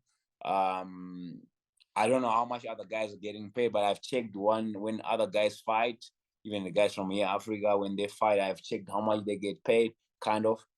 And I'm looking at myself. I'm like, okay, I'm looking at getting looked after here. This guy really likes me. The matchmaker, Sean Sabi, he really likes me. He offered me a nice deal, and I'm very happy with it. And I mean, I'm not trying to attract the cousins of cousins that I don't know now that say, hey, can you give us money, Themba? But what I'm trying to say is that for the other athlete, don't chase the money. Money will come if you work hard enough, sacrifice enough, put money so that you can make money in the future. Money will look after itself. Money will come, but you have to kind of like enjoy the pain and the journey. Don't compare your journey, like Adesanya said to me, don't compare your journey with others. My journey is different to, let's say, perhaps who's in the UFC, Drinkers to Duplessis' journey, Cameron Simon's journey. Our journeys are different, and they are meant to put us in certain positions, and that can change other people's ways of thinking, ways of life. People that can relate to me, they will be thinking, oh, if Themba can do it, I can do it. If they read this interview and they know how much what I had to go through, maybe one day they'll go through what I had to go through to just get to the dream. And yeah, man, I think that that itself will change the world, and the way people think. The biggest take, don't chase the money. I see many athletes, they get offered money. I've not made money in my whole career, and I was a world champion. You can see my belt over there. And I've not made money. You know, all I did was pay and pay and pay. You know how many privates? You know, I was calculating the other day. You know how much I spend a week on personal training? Yeah, so you were saying, just to pick up, so you were saying don't chase the money to the athletes coming up. Yeah, man, I'm not here to inspire everybody and XYZ, but you know, one thing people shouldn't do is to chase the money, because I've seen how it goes when you chase the money, because money will always change people, and money will always try and make things a little bit difficult for everybody. And money will never be enough. Don't chase the money, spend money. Like me personally, I'll tell people openly, I pay my coaches. My coaches, I pay. In a week, you know how much I spend on my coaches and my petrol? 6,000 rands a week. Yo. Yeah. It's a lot. I pay 6,000 rands a week. That is before you got the UFC contract. Yeah. I've not made money. That's why I tell you guys, I've not made money. I spend 6,000 now. No. But before I used to spend less, because obviously now I've added kind of like quite a few coaches, because you know I'm an athlete that improved by doing a lot of one-on-ones with the coach. I still do my team training. Just 1 second, please. That thing is making noise. So sorry, man. I'm a person that gets better by I'm a person that gets better by doing one-on-ones with coaches, and I don't do well with the group.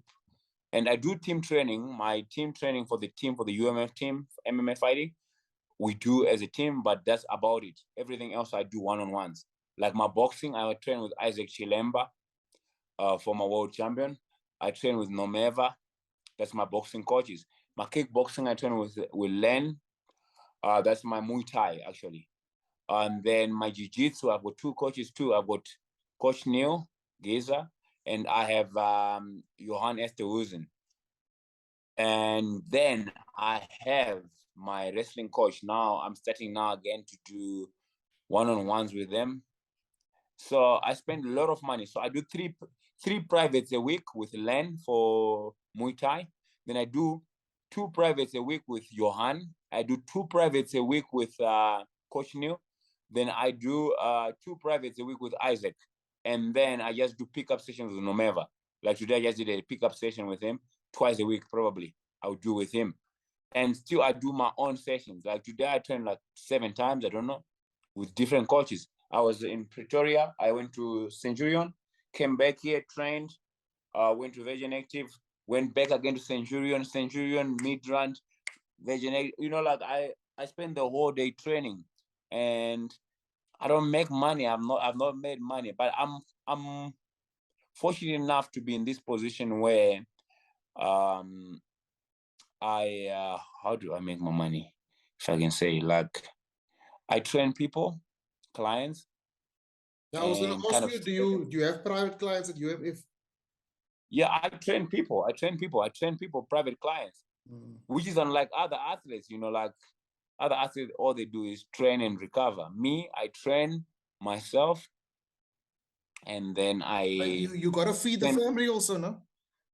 Yeah, I train people. Yeah, bro. Like that's exactly how it is. And luckily, unfortunately enough, I've got enough to cover my cost. But now it was getting to a point where it's like, bro, this money running out. You need to get a big fight. But I also in January when the year started, I said to myself, I'm giving myself 12 months. 12 months to give everything I have, and I have to make it to the UFC. If I don't make it to the UFC, I'm finding something else to do. That's what I said to myself in January. I put myself in the position where I say to myself, if I don't make it to the UFC in the next 12 months, I'm stopping. Oh. That's what I said. Do you think you would have come to that point if you hadn't make it to the UFC? Do you think you would have been strong enough to walk away? Bro, you can't keep on coming home and you don't have anything in to show. And you can't also live your life based on hopes. You understand? Yeah. I can't keep on doing that.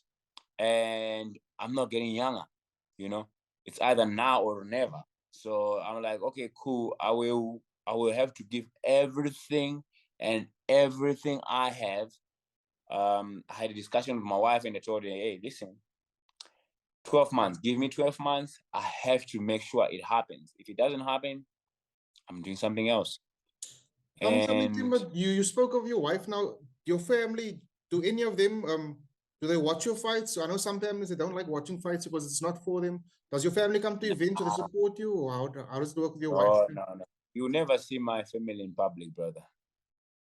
You never see them in public watching fights for me, and you never see me posting them, or also you never. I mean, I don't know if they watch the fights. I'm not here when I'm fighting, so it's they are only in Daba in a way.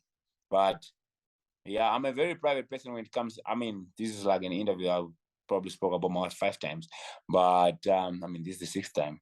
But I don't like to involve my family in my career, because you see, like, the easiest way for people to get to is through your family most of the time. And it can Like I be told you, ugly. It can be ugly on social media. Like I almost killed myself like a week and a half ago because of that. It's kind of stuff, So I kind of like try to keep those things away from the people. And everybody's selfish, and I have to be selfish with what I love.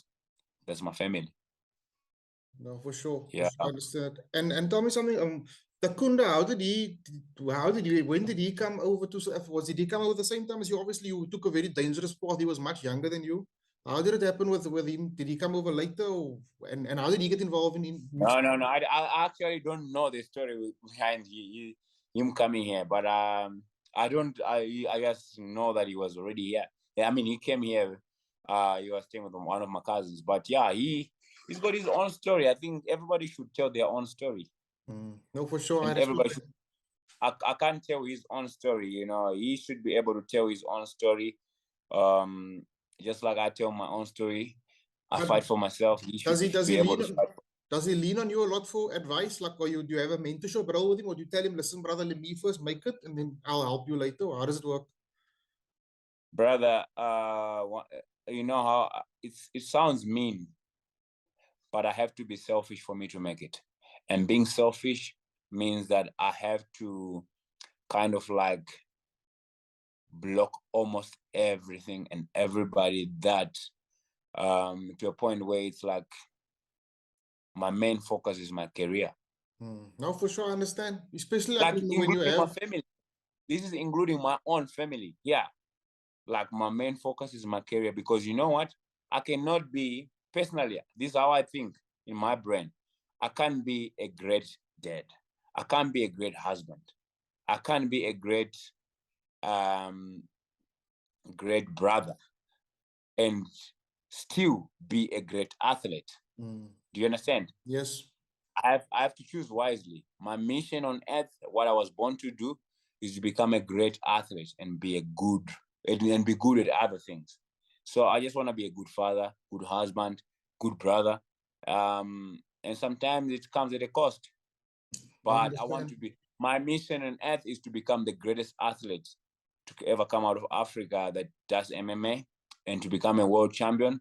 And with greatness, all these people will benefit. With my work, they will benefit, direct or indirect. Just walking into a store and the people will be looking at it, oh, are you a brother for Themba?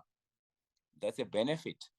Oh, are you Themba's wife? Are you Themba's son or Themba's daughter? You know, like, no, I fully like understand you. Because no point you want to be there for them, but then you can't help them later by not focusing on what you're doing now. So I completely get it. Yeah, because if I don't focus on what's important in my hand right now and focus on spending more time here and this, guess what? I'll just be the average athlete, just like everybody else.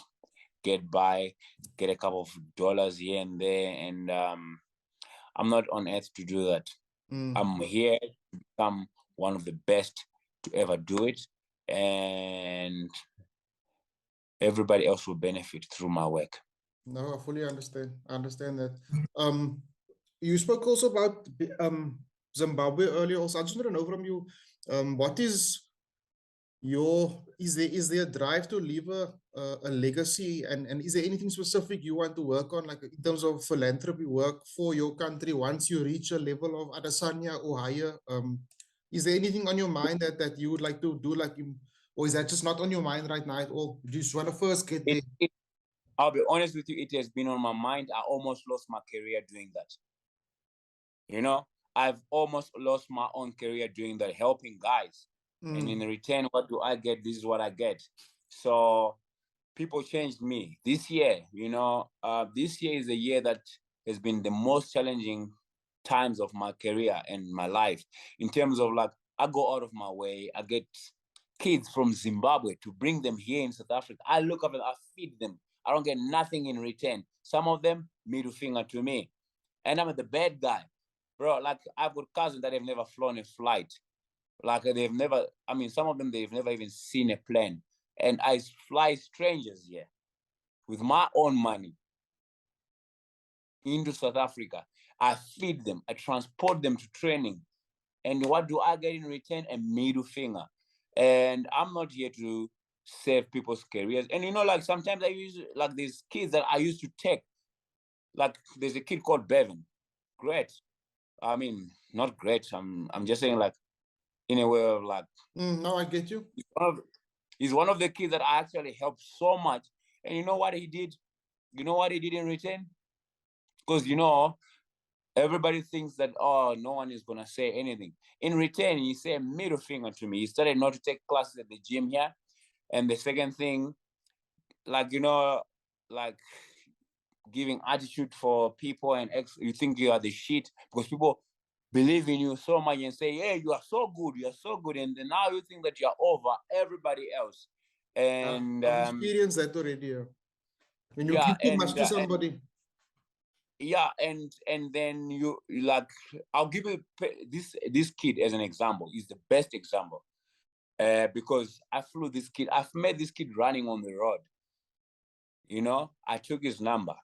When I went to Zimbabwe to get my passport, during that lockdown, I was on my own shit. I took his number.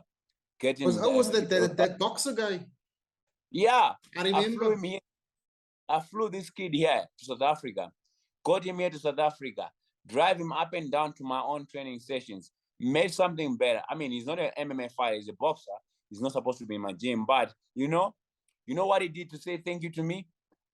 Over a message. Hey, I was in America, flew back from America, came back to the gym, he's not there. And then he messaged me and messaged, oh, hey, thank you for everything, what you have done. Wow, wow, wow, wow. You know, this generation of people that they think that being so cool on Instagram and messaging somebody on Instagram, that's the way it is.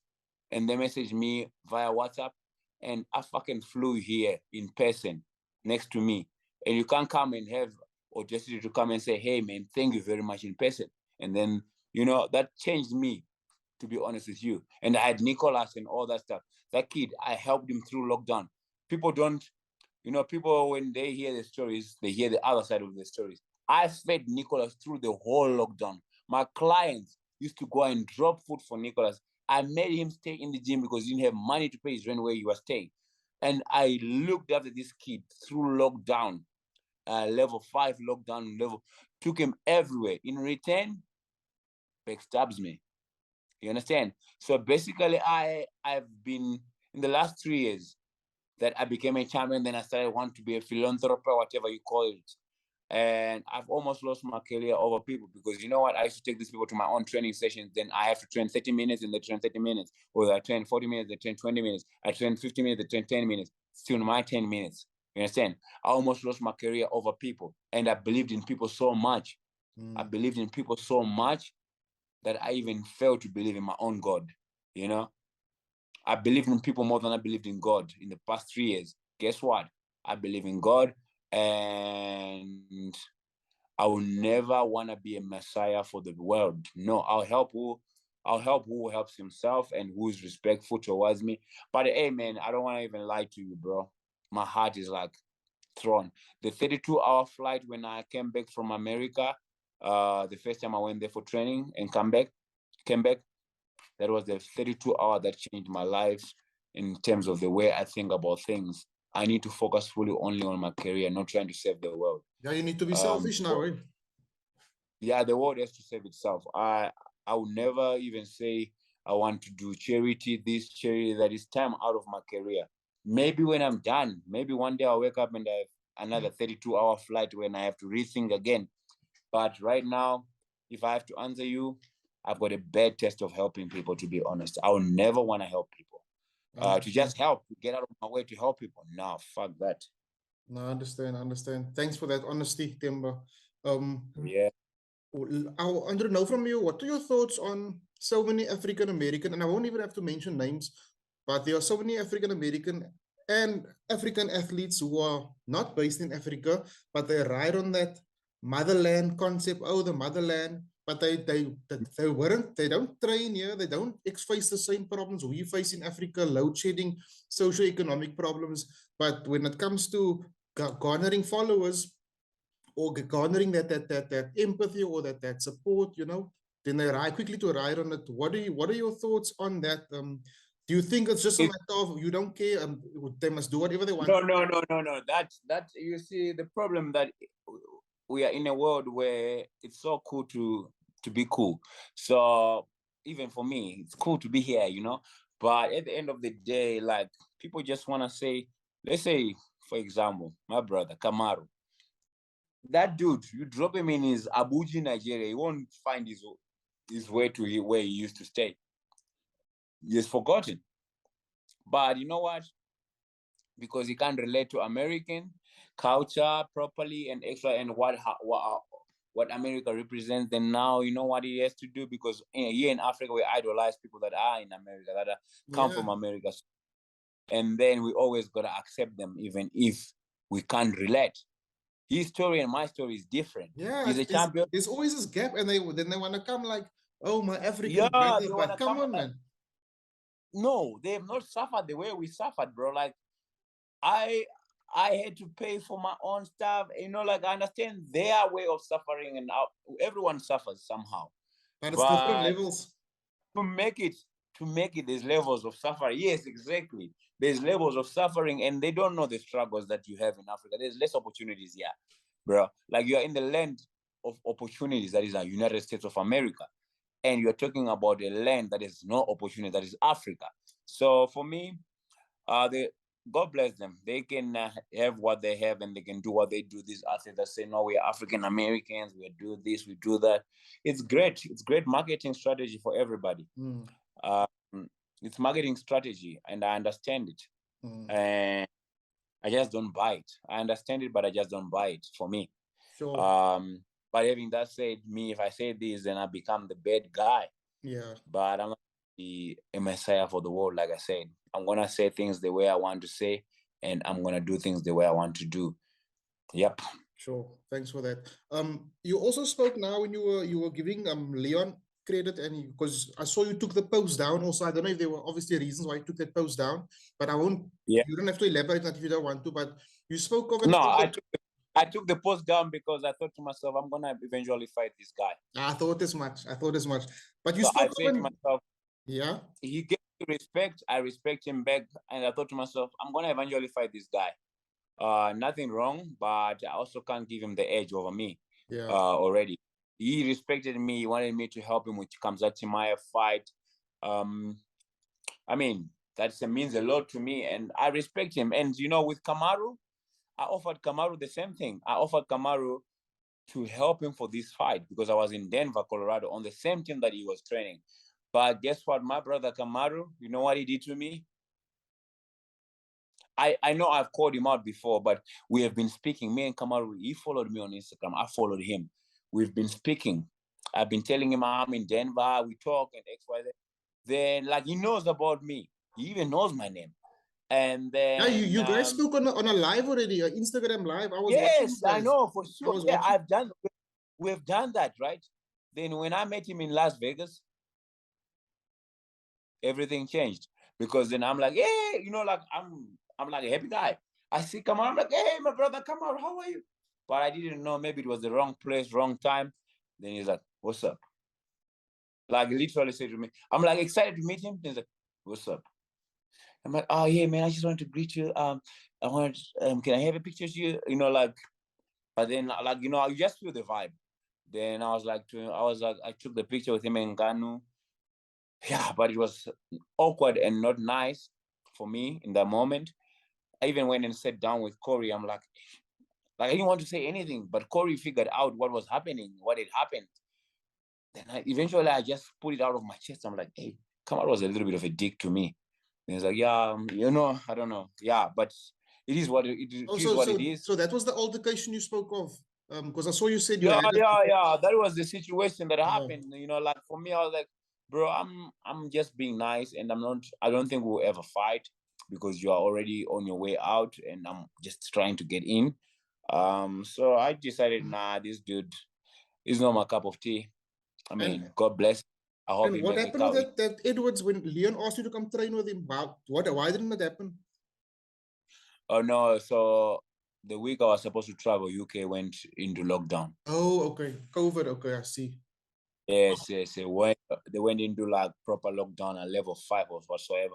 Every time you So had yeah, something major come up, and then there was always like a hurdle that was in your way, like listening to your story. Yo, it's hectic. no, yeah, yeah. Every time there's something. But you gotta keep working. You gotta keep working. You gotta keep believing, and you gotta keep working hard for yourself. Like this year, like I told you, this year has been the most challenging mentally, for me, and physically too, because I had an injury and all that. But mentally and physically, this is the hardest year of my entire career because bro, you're heartbroken when these things happen to you, and Mm. when these kids say kind of shit that you don't like. I'm helping these guys out of my own way with my own money. My daughter, like I have not spent that type of money on some of these guys. I have guys that stay in my gym. I pay for their food, bro. And at some point, some of them I used to even go to the shops and buy clothes for them, bro. Do you understand? Buy clothes. I don't get nothing. These are amateur fighters. You understand? These are amateur fighters. I go with 5 boys, 6 boys. I go to Mr. Price. I buy them clothes myself. Buy 3 pairs of shorts, 3 pairs. Then people just think, but it's bad, but it needs to be said because if you don't say it, people think it's cool. And you know what's funny about this type of people? Like just like our other friends from the other crew, from the other thing, um, they think that you forget. For me, I'm an elephant. I do not forget. Word for word, I can go word for word for anything that happened 10 years ago. And what they do, they'll do something bad to you. Then like, let's say when I won my fight in America, then these kids, whatever, they post on their social media, congratulations. Then I come back to the gym and then people are like, oh, this guy was so congratulated of you. So I think you guys must be cool or you must talk. And I said to them, these people, I say, hey, that person has my number. They should have messaged me before the fight and after the fight direct to me, not on Instagram. Instagram is just to show you guys that I know this guy that is doing well, you know? It's just to show the world that I know this guy. But it's actually not the reality, because this person has my number. He should message me directly and say, hey, congratulations. He's not message me. And it's the world we live in. It's all about the Instagram and all that. That's why, like, before my fight, I delete Instagram completely. Yeah, Like I was chatting to Sylvester about you. I was asking him, is it like normal for Themba to go into that vibe, because he's on Instagram and then suddenly switches off? Like, do you feel it's not like a deterrent for him? He must just be natural. So he said, no, it works for Themba. I still spoke to him at EFC. So he said, it works for Themba. So I thought, okay, cool. Yeah, no. I don't. Honestly, the only reason I am on social media still is because the UFC asked me to. Yeah, I know you might. It's a marketing world we live in. Eh? Yep. And that's the only reason. But they even asked me to make my account public. I've made it public kind of, but and there I put it back. I see sometimes I can't share your stories, and I'm like, yeah, Themba, just make it public just for one day. Because then sometimes I want to share your stories. I like the tight circle. I don't like to have yeah. Now I don't know. but the notifications can also I'm drive you weird. mad. Huh? The notifications can also drive you mad all the time. Not just them. I know, man. I delete. So if I have Instagram, I only download it when I need it. Understand. Like yesterday and today is the only days that's probably this month that I've had Instagram completely on my phone. Because yesterday was Jamad's birthday. I needed to post for him. Yes. Then today was what? Oh, today I was trying to make sure that I post all my coaches. Then I'm gone. Actually, tomorrow I'll still be there. I need to post one more coach. So then everyone needs to know my team. Then I'm gone. I see. Okay, cool. So basically, I'll delete completely. And if you need to reach me, you have to message me on iMessage. And if you have got iMessage, it means you are a busy person, so you won't be able to be bothering me too much. No, you see? Yeah, I understand. Yeah. So for me, it works that way. Like that's why I don't like too many disturbance. Like now, I know I can fight anytime because my visa just came out. I can fight anytime. I hope to God that I fight on a pay-per-view card. So there's no rough idea yet of did you say September you could potentially be on a card? Before that's under the settled card. Fight around December, man. I'm not gonna wait till December. Because the UFC cards are all booked up until September. I might fight 5 November latest. I don't know, bro. It's just weird because I'm the guy willing to fight. So I don't know. I don't know when I'm gonna fight yet. I'm grateful. Life could be worse. I'm grateful that I'm in this position. I'll just wait. And just tell me, Themba, is there a stress factor, or like are you still like hungry to become the first born and bred based African champion or welterweight champion, or do you feel that's unnecessary pressure? You just want to focus on becoming a champion. Do you still feel you want to add that African part because it's so important to your where you come from, what you've been through? No, that's still a very important part. Very important for my people. Like when I say my people, people get me wrong and say probably am trying to be funny and whatsoever. But the reality is the people that actually like look up to me properly. Yeah, no, and I feel like understand. are the people where I come from. That's Bikita. When these people hear that this guy's in Vegas, when they hear that this guy is married, those are the people that I do it for mainly. The rest of the world, I don't know. It's like kind of like whatever. But to be honest with you, the people I do it for, when I say my people, I mean those people that come from where I come from, or that come from a similar background of where I come from, where you are black. I'm not being racist whatsoever, but you are black, poor, orphan, no hope. Black, poor, orphan, no hope. If you're white, great. But there's levels of being poor. I hope I can inspire all races and all people. But at the end of the day, the people that I want to inspire first are those people that can relate to me. Like I posted you must start somewhere. Yeah, I posted a picture yesterday and said it's easy to get motivated to be inspired by someone you can relate to. You know what I'm saying? My success, it's easy for the other black athletes, to be honest with you, to relate to my success and be like, hey, if this guy can do it, I can do it. Because they kind of like know exactly maybe the part that I come from. Whereas if they look at other different avenues and they'll look, this guy has got a father that owns trucks. So like so they can't really relate. You know what I'm saying? Me, they can, most of these African athletes from Africa, they can relate to my story. And that's what we were touching on earlier about there's some athletes who don't have to fight, but they can still go home and get a plate of food. But there are some athletes that there's no other way. Like these guys can relate to me that I was a professional and still getting food from the bin. I was in Cape Town. I used to pick up food from the bins in the morning at the complex I was working for. In the morning, I'll wake up, go to work, no money, no nothing. I get there. I know it's a Monday. That means these guys have thrown food in the bins over the weekend. They have had a nice weekend. And I'll go bin by bin in the complex that I used to work for. I will go into the bins, look for the pizzas that were beaten, you know, like they will bite pizza and just leave another one, a piece there. I'll take all those things, put them in my thing. Then I'll go to the microwave, warm them up, and then I'll eat. And it was normal. And I'll pick up clothes. I have a picture of myself with wearing a red jacket when I made my Imagine FC debut on my pro debut. That jacket, the red jacket I was wearing, I picked it up from the bin. The shoes I was wearing, I picked them up from the bin. Sure. From the bin in Blaubeck. And that's the life we're talking about. Like the jacket I was wearing, I picked it up from the bin. The shoes I was wearing, I picked them from the bin, on top of the bin in Blaubeck, you know? And most of these African athletes, they can relate to my story because I had to actually suffer properly. I had no father that was looking after me. I had no mother that was make sure my son comes home to a meal.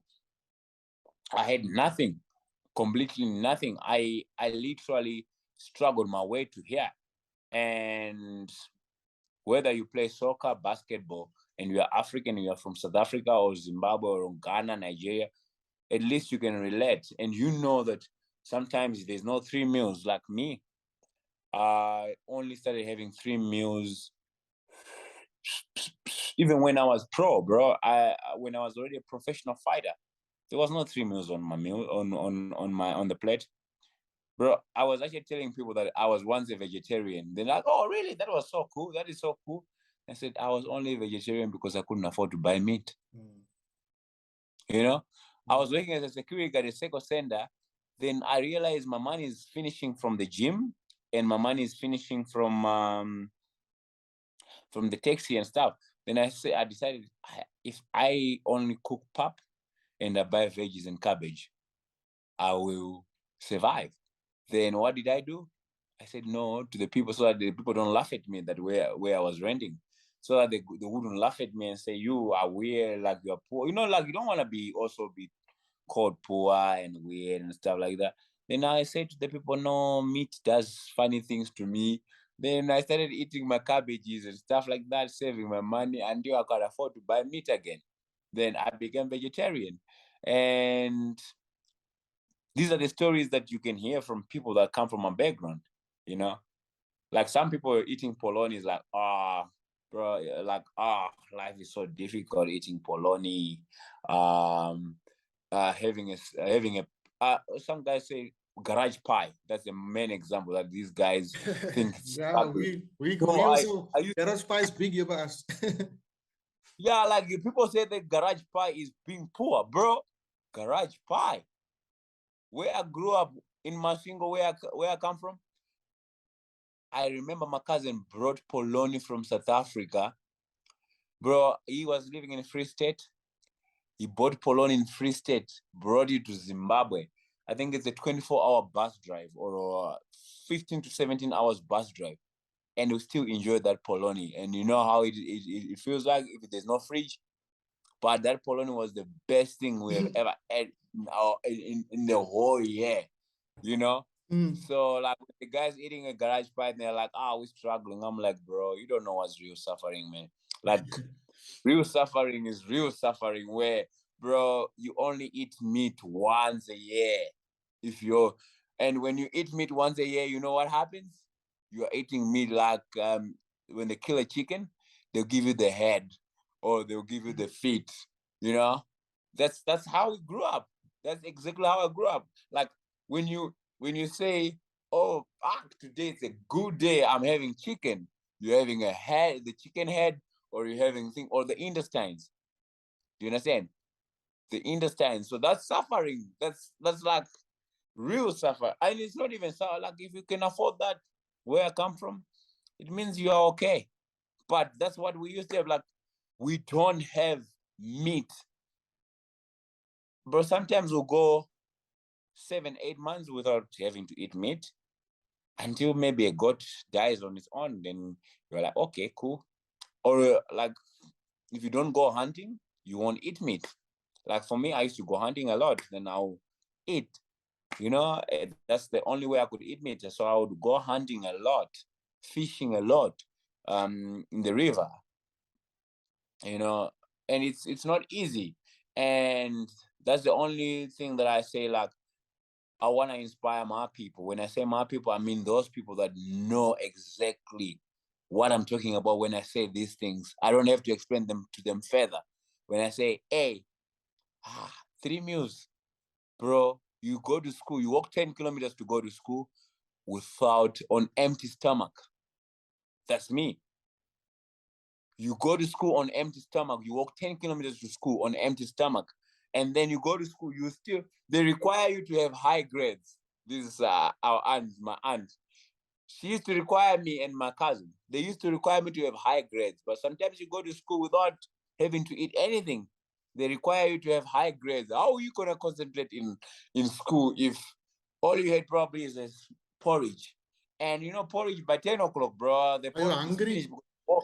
Yeah, because you walk 10 kilometers to school. You don't have lunch or breakfast. A meal that is prepared for you to eat when you are at school.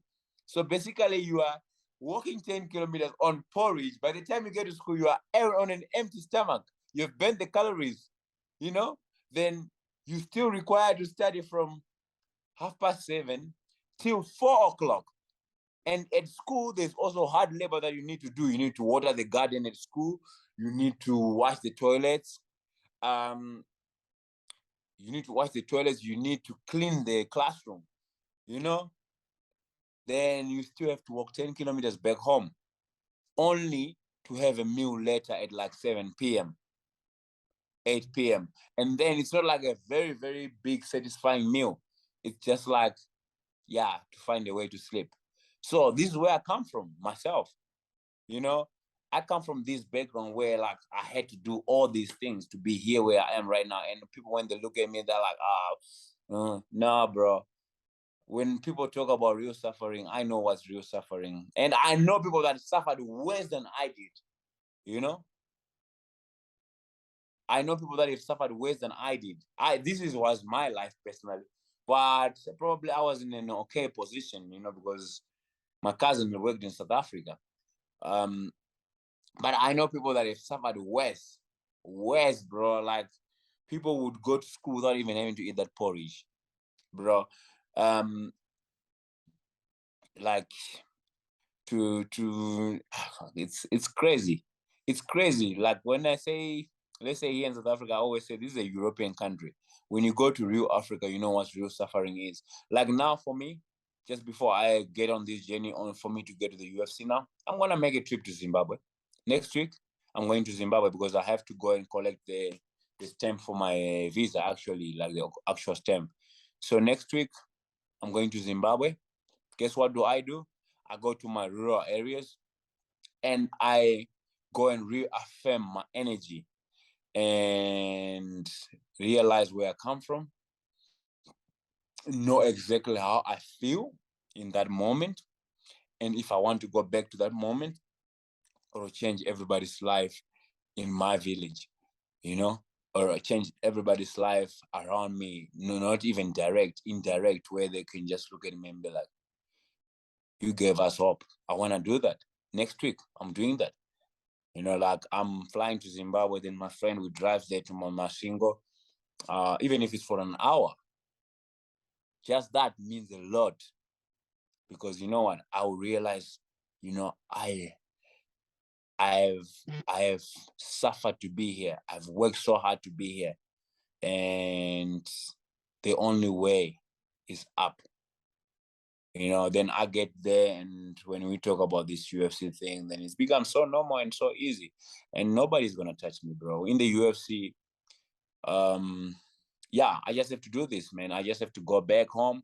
I know how suffering is even when I'm here. I mean, I've been going through a lot, but this is not real suffering. Like, this is like fancy suffering.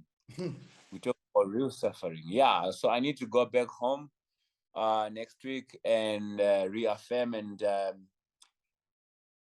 come back to my senses and know that if I become lazy, if I become distracted, I can go back to that situation. I quite like what you said there about the fact that you're gonna go home, because I want to ask you how often do you go home, and when are you going home again? Like, and just to get to reconnect with your energy also, and to make you realize where it all started and why you fight so hard for what you have also, and where you're going to. So that really hits home. Yeah, man. Yeah, I'm going to. No, I go home often, but you see, like, obviously, I need to go and collect my, because South African embassies are very hectic, and I've got connections in Zimbabwe, U.S. embassy, so I can go there and sort out the stuff quicker, and I can also get to see my friend and some of my family members who will be there. But I don't go home and stay there for long. I stay there max 2 hours, 3 hours when I'm in my rural areas, because you know I kind of like, I'm just there for certain reason. The process that I'm there for, after it's done, then I leave. Understand. I want to ask you now also, in terms of, like, when we spoke earlier, when I said I want to park the conversation, Themba, you in a well, in life in general also, but also in the sport that you are in now, and at that level, people lie all the time, people are fake, and the way I've come to know you in a short space of time, you obviously a very pure individual like me also, and you can't easily hide when someone's energy bothers you, because you can see someone's fake. I can't keep my mouth. I speak about it. That's how I am also. So Yeah, how I do think you that's the way also? you should be. Yeah, no, and I sometimes I upset my friends, but I tell them I'll rather be honest with you, because I can't just mingle. I just feel it's not it goes against my nature. I just can't stand it. How do you, like, navigate through this world? Because sometimes, like you said, maybe you're gonna choose your own path, because sometimes people always say you have to be fake sometimes to make it, but I feel that there's other way to do it. No, I don't have to be fake. I just have to be myself to make it. I've been myself all along. Um, some people don't like me. I know them and I feel it. And some people do like me and I know it and I feel it. And you know, sometimes, you know what's funny? Like, it's kind of creepy though, because sometimes these people, let's say, like some people that like might be even close to you, and I, like, you know, I'm weird in a way. Like sometimes I hear conversation that I said when I'm not there. And simply by doing this, like let's say if I know you, Julian, that you are friends with Jacob over there. And let's say we talk XYZ between the two of us, or whatever. And when I meet Jacob, and the awkwardness that Jacob gives me tells me something that you have said that is probably making them uncomfortable and awkward. So sometimes I hear these conversations when I meet some people in some certain places, and you know, like some people are not mentally tough enough to toughen up through the conversation that we said when I'm not there. So when I see them, then they are like awkward and like jittery and all that stuff. Then I'm just like, okay, cool. You're uncomfortable because you are not to yourself.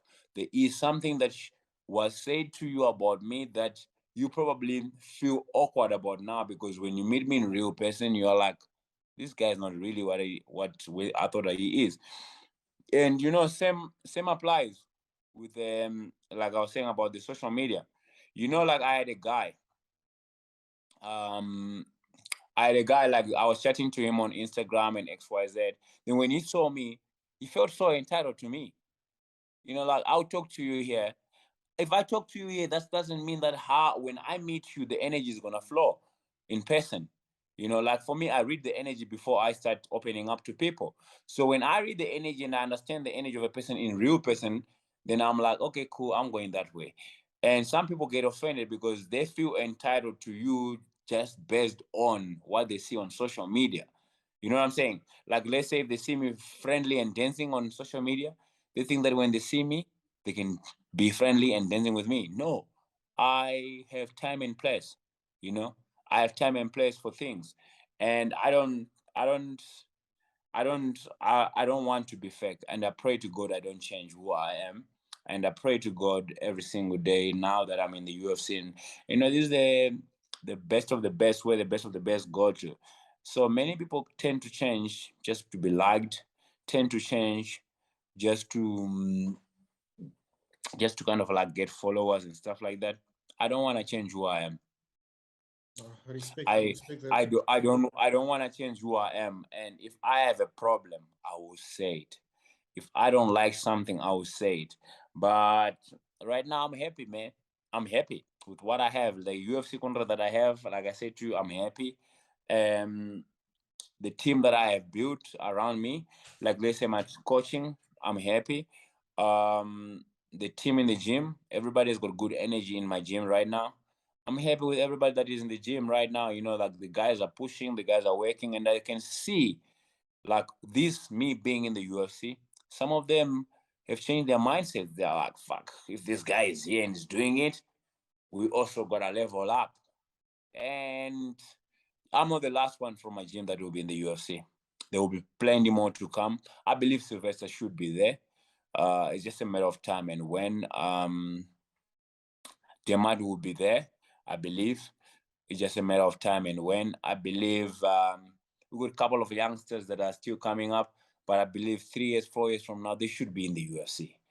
So you are gonna But stay. You're gonna stay. You don't have no plans of leaving UMF at all. Like you'll go train by other gyms, but you're still gonna have UMF as your base. I'll never train. I've got my own gym for a reason, my brother. The reason I have my gym is it's called freedom. Freedom to do what I want when I want. If I want to leave here now at 12 o'clock and go and train, I'll go and train in my gym. Nobody tells me what to do. And I also give this freedom to these kids. They stay in the gym there. They can live and train whenever they want, and they can do whatever they want when they want. Because I've been in positions where I was in gyms where I was not kind of like, I don't know if I say allowed. I was not expressing myself the way I should have expressed myself, because you kind of like have to say, you know, you know how it is. Mm, I can't even explain to you. You would know how it is. yeah. So like I can't be myself. Like when I was at FFM personally for 4 years, I was not myself. I'll be honest with you. For 4 years, I was trying to fit in so badly. I was trying to please the master so badly. I was trying to go out of my way for, like, I told you about my career. Like, I've been trying. I For 4 years when I was at FFM, I counted like this. It was the worst 4 years of my career, because you know what? I didn't gain anything, and all I did was lose myself. That's why I almost retired from fighting. You know, because I was trying so hard to fit in. I was trying so hard to gel in. But you know why? What was the reason? Do you know what was the reason? The reason is that when you are a certain way, you need to behave a certain way. And when you behave a certain way, you shouldn't be there, and you shouldn't be within, and you are not accepted. So it was so hard, and I couldn't fight my way. I couldn't fight the way I want, or in divisions that I want. Let's say I wanted to fight waterweight, but I had to make and pave ways for other people, that they can get the opportunity that I should get. I was undefeated at waterweight. Nobody has beaten me at waterweight to this day. Like I would say, like, even the guy that beat me in Abu Dhabi, I was dislocated. I fought him with one arm. When I'm fine, nobody can beat me. Not even when I'm fine 100%. I want to be 60%, 50% and 60%. Nobody can beat me. Nobody. If I'm 50% at waterweight, nobody can beat me. because I know how much work I put in. I walk into a fight 50%, I'll still win that fight at waterweight. So like I had to make ways for other people just based on my background and who I was, and these people are in a better position and XYZ. So I kind of like said, no, let me open my own gym for my own personal freedom. So I have this gym for freedom. I don't make money from that gym. I'll be honest with you. The gym, I don't make money. It's a charity, NPO, non-profit organization. I don't make any single cent. I've never made money in the last 4 years that we had the gym. I've never made money, but So I've let me given let me just myself. let me just get it straight. So you have UMF and you have another gym on your own on the side, or what? No, UMF. Oh, you talking about UMF? Okay, okay. I was just trying to Yeah, clarify. yeah.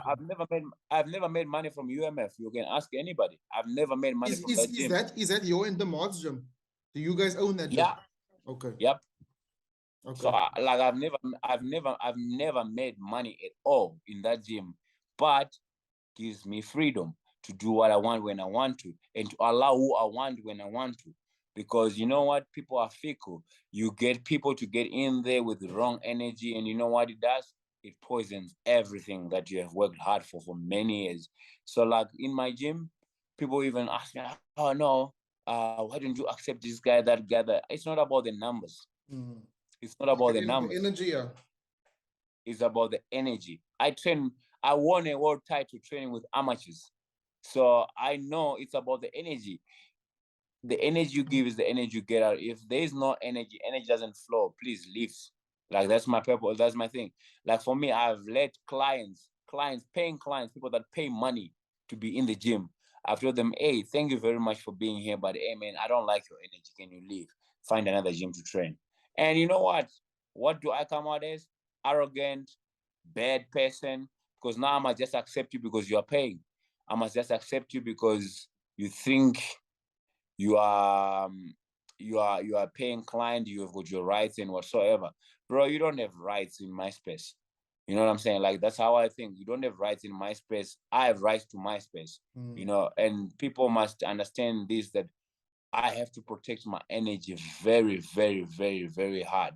And through years, I've learned that people are very, very, very, very, very weird, and people are just there for themselves most of the time. And sometimes you pick it up very fast, sometimes you take time to pick it up. And when I do pick it up, I'll address it. And if you don't feel comfortable with it, leave. Whether you are the highest paying client in the gym, you are the region. I've taught guys that have a lot of money in the gym. Hey man, I'll go to them sometimes in a respectful way, sometimes aggressive because it's my nature. I'll get pissed off with the person because they think probably they own the shit. So I say, hey, bro, this is my gym. Get out of here. And I will never hear from you, and I will never want to hear from you. I'm not running it as a business. Like I said, it's not a business. Maybe one day we'll run UMF as a business. It's a freedom place for me. I want to be free. To In a find sense. peace also, yeah. Yeah, it's my peace of mind. I don't want to go to the gym, UMF, and be like, oh, fuck, this guy is coming at 7 o'clock. Now I must leave. No, I should be there because I'm there. But the biggest problem that we have is like people just want to accept because money. We need to add numbers on the team, or we need to add guys on the team. Like everybody that joins the team, they have to go through a process with me. Um, I have to kind of accept you. It sucks for the other guys because sometimes probably they want to just train with everybody, but I also don't hold anybody back. If you want to train with somebody, go train somewhere else, not in my gym. You don't you like I know what I have. I know what people I need in my life, and I just don't need anybody. Like like when I say bad energy, sometimes bad energy is like it doesn't come with the person coming being bad. What you do outside of the gym can be bad. You can be a guy that is robbing people outside the gym there. That energy that you have done something bad. You can be the guy that is fucking around girls outside the gym. And that energy is poisonous when it comes to the gym. So I would rather not have guys that have got that type of energy. And I can pick it up, and I'm blessed enough to be able to pick up these things very fast. So like when I see it and I feel the energy, I'm like, hey man, thank you. I can't have you here. You can go and bounce and go somewhere else. Yeah. Cool. Thank you. Thank you for that.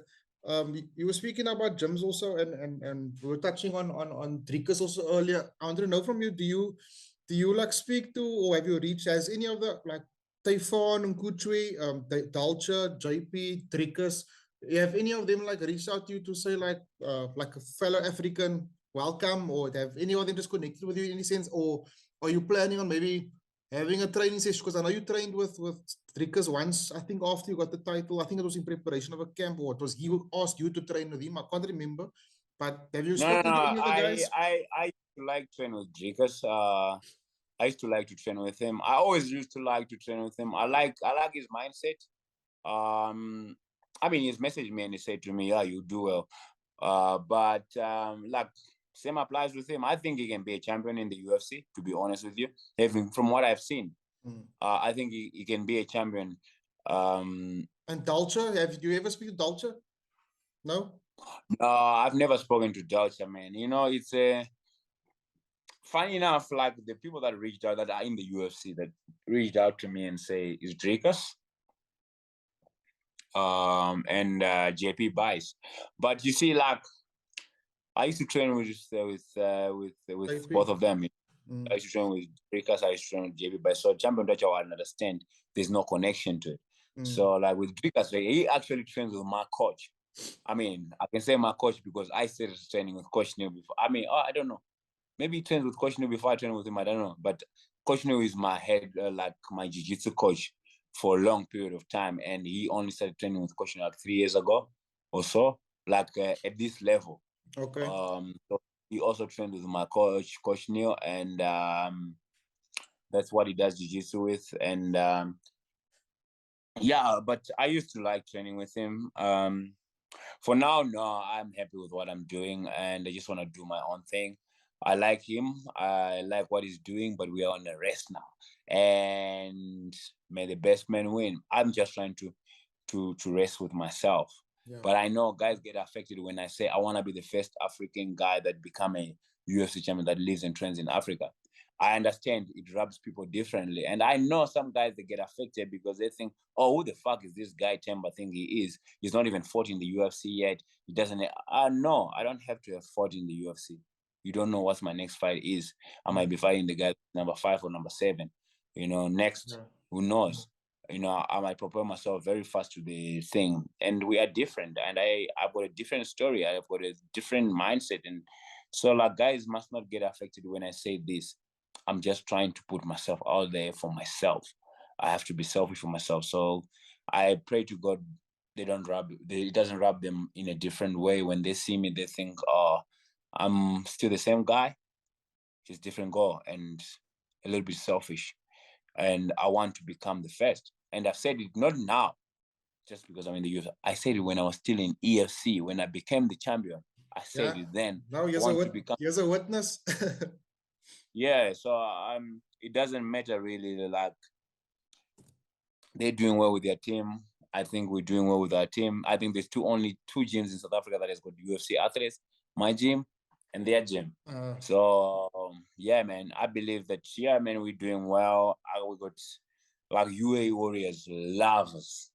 Like the UA Warriors, like with me personally, they like me a lot. They were willing to give me a title shot off a loss. That's how much they like me, those guys in the UAE Warriors. And then like, you know what's funny for me? I'm appreciated outside of South Africa a lot. In America, bro, people love me in America like crazy, crazy, crazy, crazy, crazy. But also it's the land of opportunities. They give opportunities to the people that deserve it in America. And the guys love me in America, bro. They're like, fuck Themba.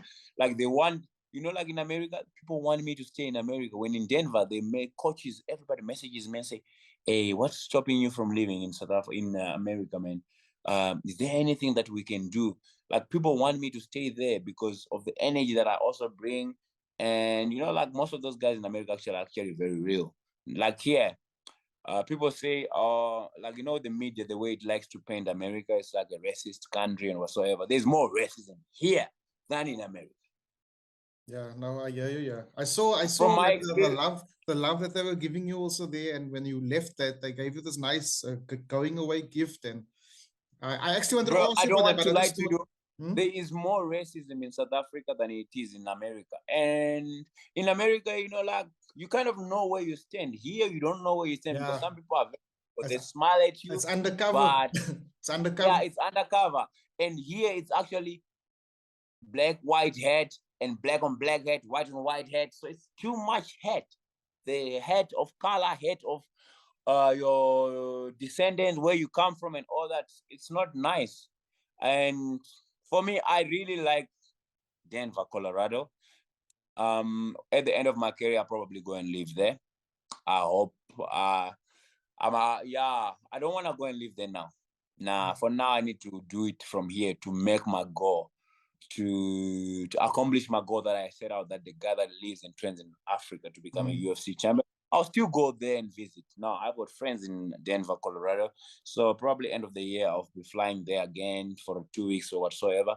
But yeah, I need to just get one fight in, then fly there and whatsoever. But yeah, that's the place I'll live probably. If I don't live in Masai Mara, I might live in Denver. Okay, good. After I stop fighting. You heard it first here, guys. Eh? What Themba said now. Okay, Yeah. Themba. This is my final question. I was going to ask you before our time ran up again. What was your worst fear growing up, and did your biggest goal growing up equate or eclipse the reality that you are living in now, like being on the biggest fight promotion on the planet? So from My your biggest worst, fear, yeah. my biggest fear was what? Snakes. I had snakes. Fuck. Those things creep me out. But aside Snake, from a physical, some animal that can hurt you, like was there anything that you want to make something of your life and you were fearing of being a failure, or was there anything else? Like snakes is also my you, worst, my worst. no, Like you are asking me from that. You know what? From I was very, very like, but I was kind of like forced to be educated because in African parents they need you, they want you to, you have to do well, you have to come home with good grades, or else you kind of like think. But I've never felt like I'll be a failure in life, to be honest with you. I've been always been unique, a unique child, different type of a person from young age. Ask my brother, he can tell you. I've always been different. I've never fit in ever, ever, ever since when I was young. Like I've always been different with everybody. I never take, like even when I was growing up, like what's funny? My aunt, when my father died, my aunt was looking after us. I would say no if she says to me, "Go to this, do that." I'll say no, I'm not gonna do that. And people, it's unheard of for an African child to say no to an aunt. But I would say no. Yeah, I would say no. I would say if I'm tired and we're on the field and if I'm tired and I feel it's too hot, I'll walk away from the thing. Then she'll be like, "You, if you go home, I will not give you food." I'll be like, "Thank you, it's fine. I'm gonna go hunt." So I've always been like that. And for some reason, I always knew that I'm going to be something, like a star. I always knew that I'm going to be a star. I used to even like this song from Akon. So I always knew one day, kept faith and believing that one day I'll be a star, be a star. I used to sing that song all the time. And here we are, man. I'm not a star yet, but I know I will be a star. Beautiful, beautiful. I don't think we could have ended on a better note with lyrics Yeah, man. from Akon. Themba Yeah, man. Gorimbo, Know the thank you song. so much. Welcome to my sunny day. Yep. Sorry, what did you say? You know the song. If you know Akon, you Oh know the yes, yes, song. Yeah, yes, yes. I know. I always kept faith and believing that, hey, one day I'll be a star. Even when I was in the rural areas, I used to think maybe I'll become a good soccer player. Like I was a good goalkeeper. I didn't know. I just knew that. Like you have a feeling where like you're going to school, but you kind of like don't know what you want to do with this education that you are forced to do. That was me. Like I will have good grades, but when they say, "What do you want to do when you grow up?" I kind of didn't know because everybody in the class will say, "Doctor, nurse, lawyer." Then when it came to me, I'm like, honestly, I don't know. Like I don't want, because if you say you wanna be like something else, you are an embarrassment to the community. Like you gotta be like pilot, doctor, the cool stuff. And for me, it was never a thing. I would maybe here and there lie and say, pilot. But I didn't even care about what a plane looks like, bro. I just like, You'd rather just I knew that fly the planes I on the way to your fights. yeah, no, I know. But to be honest with you, I was like, I don't even care about these things, like doctor. I'm like, yeah, we're doing biology, but like I was very good at biology. People say, you are born to be a doctor. I'm like in my head, I don't want to be that. Then I'll be good at accounting. Then they'll be like, this one, chartered accountant straight. Then I'm like, I don't know. Like in my heart, I knew I don't want to be that, but I have to make it sound cool. Like I want to do that so that I can be accepted. I can be accepted and people can be nice and they can give me nice things and whatsoever. But in my heart, I've never felt like I would be doing anything, even working in the offices or whatsoever. Nah, I just thought to myself, I'll be something different. And when you know, and I can't explain to someone that don't know. When you know what's your path, even from a young age, and it's hard to explain to somebody if they don't know. You just feel it inside, eh? I don't know. It's weird, bro. Like you just kind of like you don't know exactly. Yeah, it's kind of weird. It's a weird scenario. I can't explain to you. No matter how much I try to explain to you, you won't understand what I'm trying to explain to you because it's very weird and very, very, very. I don't know. It's like, yeah. But I'm grateful to be in this position. I always knew I would be one day something. I'll be one day something that people will remember, even when I'm long gone. I mean, we gotta, with the mindset I gotta, like I have now, I'm accepting of anything. Like you have to accept everything and anything, and you gotta accept that you're gonna die, brother, whether you like it or not. Like if you go into a fight, like this is how I think, anything can happen. You gotta be, if you want to go and conquer a fight, like for me, I think it this way, I have to accept both consequences. If I lose, what do I do? If I win, what do I do? But obviously, the positive mindset always lean towards the winning. And that's me. That's what makes me. That's why I'm here. And I'm about to start the greatest journey of my career. Once I have fight news, I will let you know. I mean, you're probably my favorite journalist in South Africa. If you've seen the other journalists here in South Africa, you know what's funny? They all follow me. You know what's funny? Like, I remove them off my followers. Like I'm weird too. I go to my followers and I look at this South Africa MMA, Ruckus Media. I mean, South Africa MMA, I understand maybe probably is because it's South Africa, I'm Zimbabwean, But when you look at it, they also post stuff about people from New Zealand and all that. So I'm like, why they don't post, Themba is in the UFC now? Why? Then I went to Ruckus Media. I'm looking at that. Cameron Pritchard got in the UFC only today. I was in the UFC last week. Then they're all posting about Cameron Pritchard and all that and all that.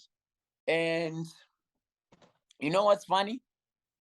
Do you know what's funny? This black member gonna keep on shining. I'm gonna be in their faces so much that even if they hate me, they're gonna like I'll feel sorry for them because this black mamba is shining, bro. Like I'm shining all the way to the top. And as much as they don't want to post me, and I mean I'm not caring about post, but you know what, I'm a human too. I love appreciation. I love kind of a little bit of appreciation. And these guys, these media guys like Ruckus Media, I'll name them, I know them. I mean, big guy, I don't know what's happening with him, but he's off social media, I think. South Africa MMA, there's another one, I can't remember the other one. Combat but these guys. No, Combat Kev posted me. But you know what? Who runs Combat Kev? You know who runs Combat Kev? Some black kid from, I think, Soshanguve. Yeah, no, I know him. We chat a lot. Yep, that's why he posted me. Ruckus Media, who runs it? I don't even know that guy's name. I just he doesn't. Who runs South African MMA? Who runs South African MMA? Who runs South African MMA? I don't know also. Yeah, exactly. Who runs the African fighters? They posted me. Who Yeah, runs the African fighters? yeah. That's why I say to you, people that can relate. And to this day, I'm going to tell you, man, I appreciate you for taking your time and doing this with me. I turned down a lot of guys. I mean, international guys, though, like from Korea and all that. Locally, they know. The guys are so hurt. Instead of being grateful, they are so like hurt because of the things that they have said in the past that they can't even post and say, "Congratulations, Themba, you're in the UFC." Guess what? Today they were posting Cameron Samuel. He's left, right, and center everywhere, and people don't want to say because you know what? If I say no, they were posting Cameron, it's like I'm jealousy. No, I'm not jealousy, but it's the reality. You know, they were not posting, and even EFC went as far as posting all kinds of stories about this or this. I block them off my social media, but I see.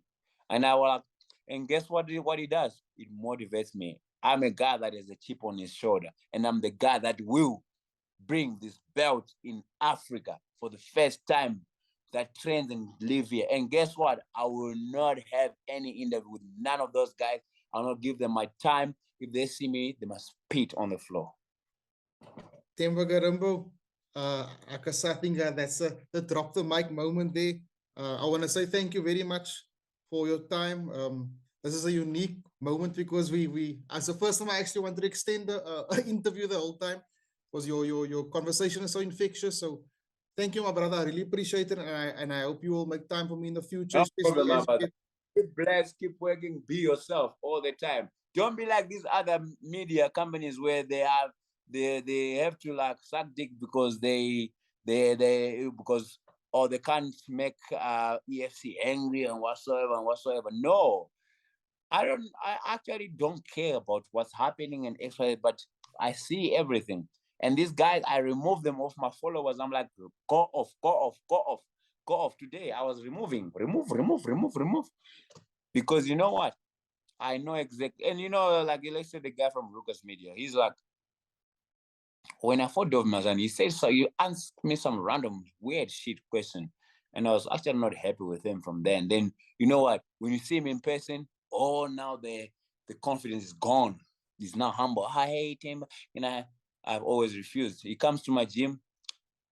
If he comes to my gym, that guy, he always kind and trying to hang around with Demat because Demat sometimes is also like just allows people to just get into his space. Not in my space though, because when you come to the gym, you're also getting into my space.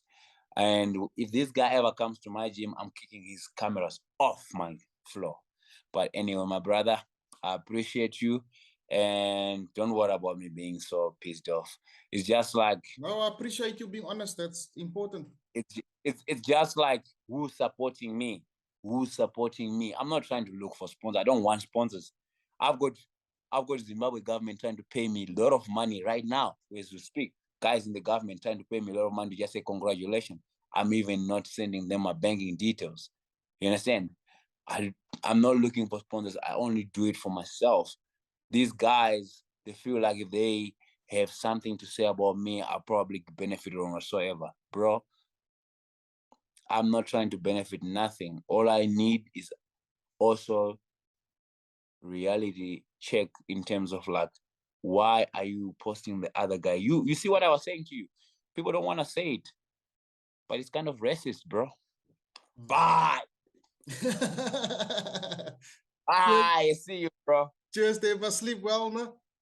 You too, brother. Thank you, brother. And regards to your family, okay? Thank you, bro. Thank you Yes. too, man. You too. Thank you. Bye-bye.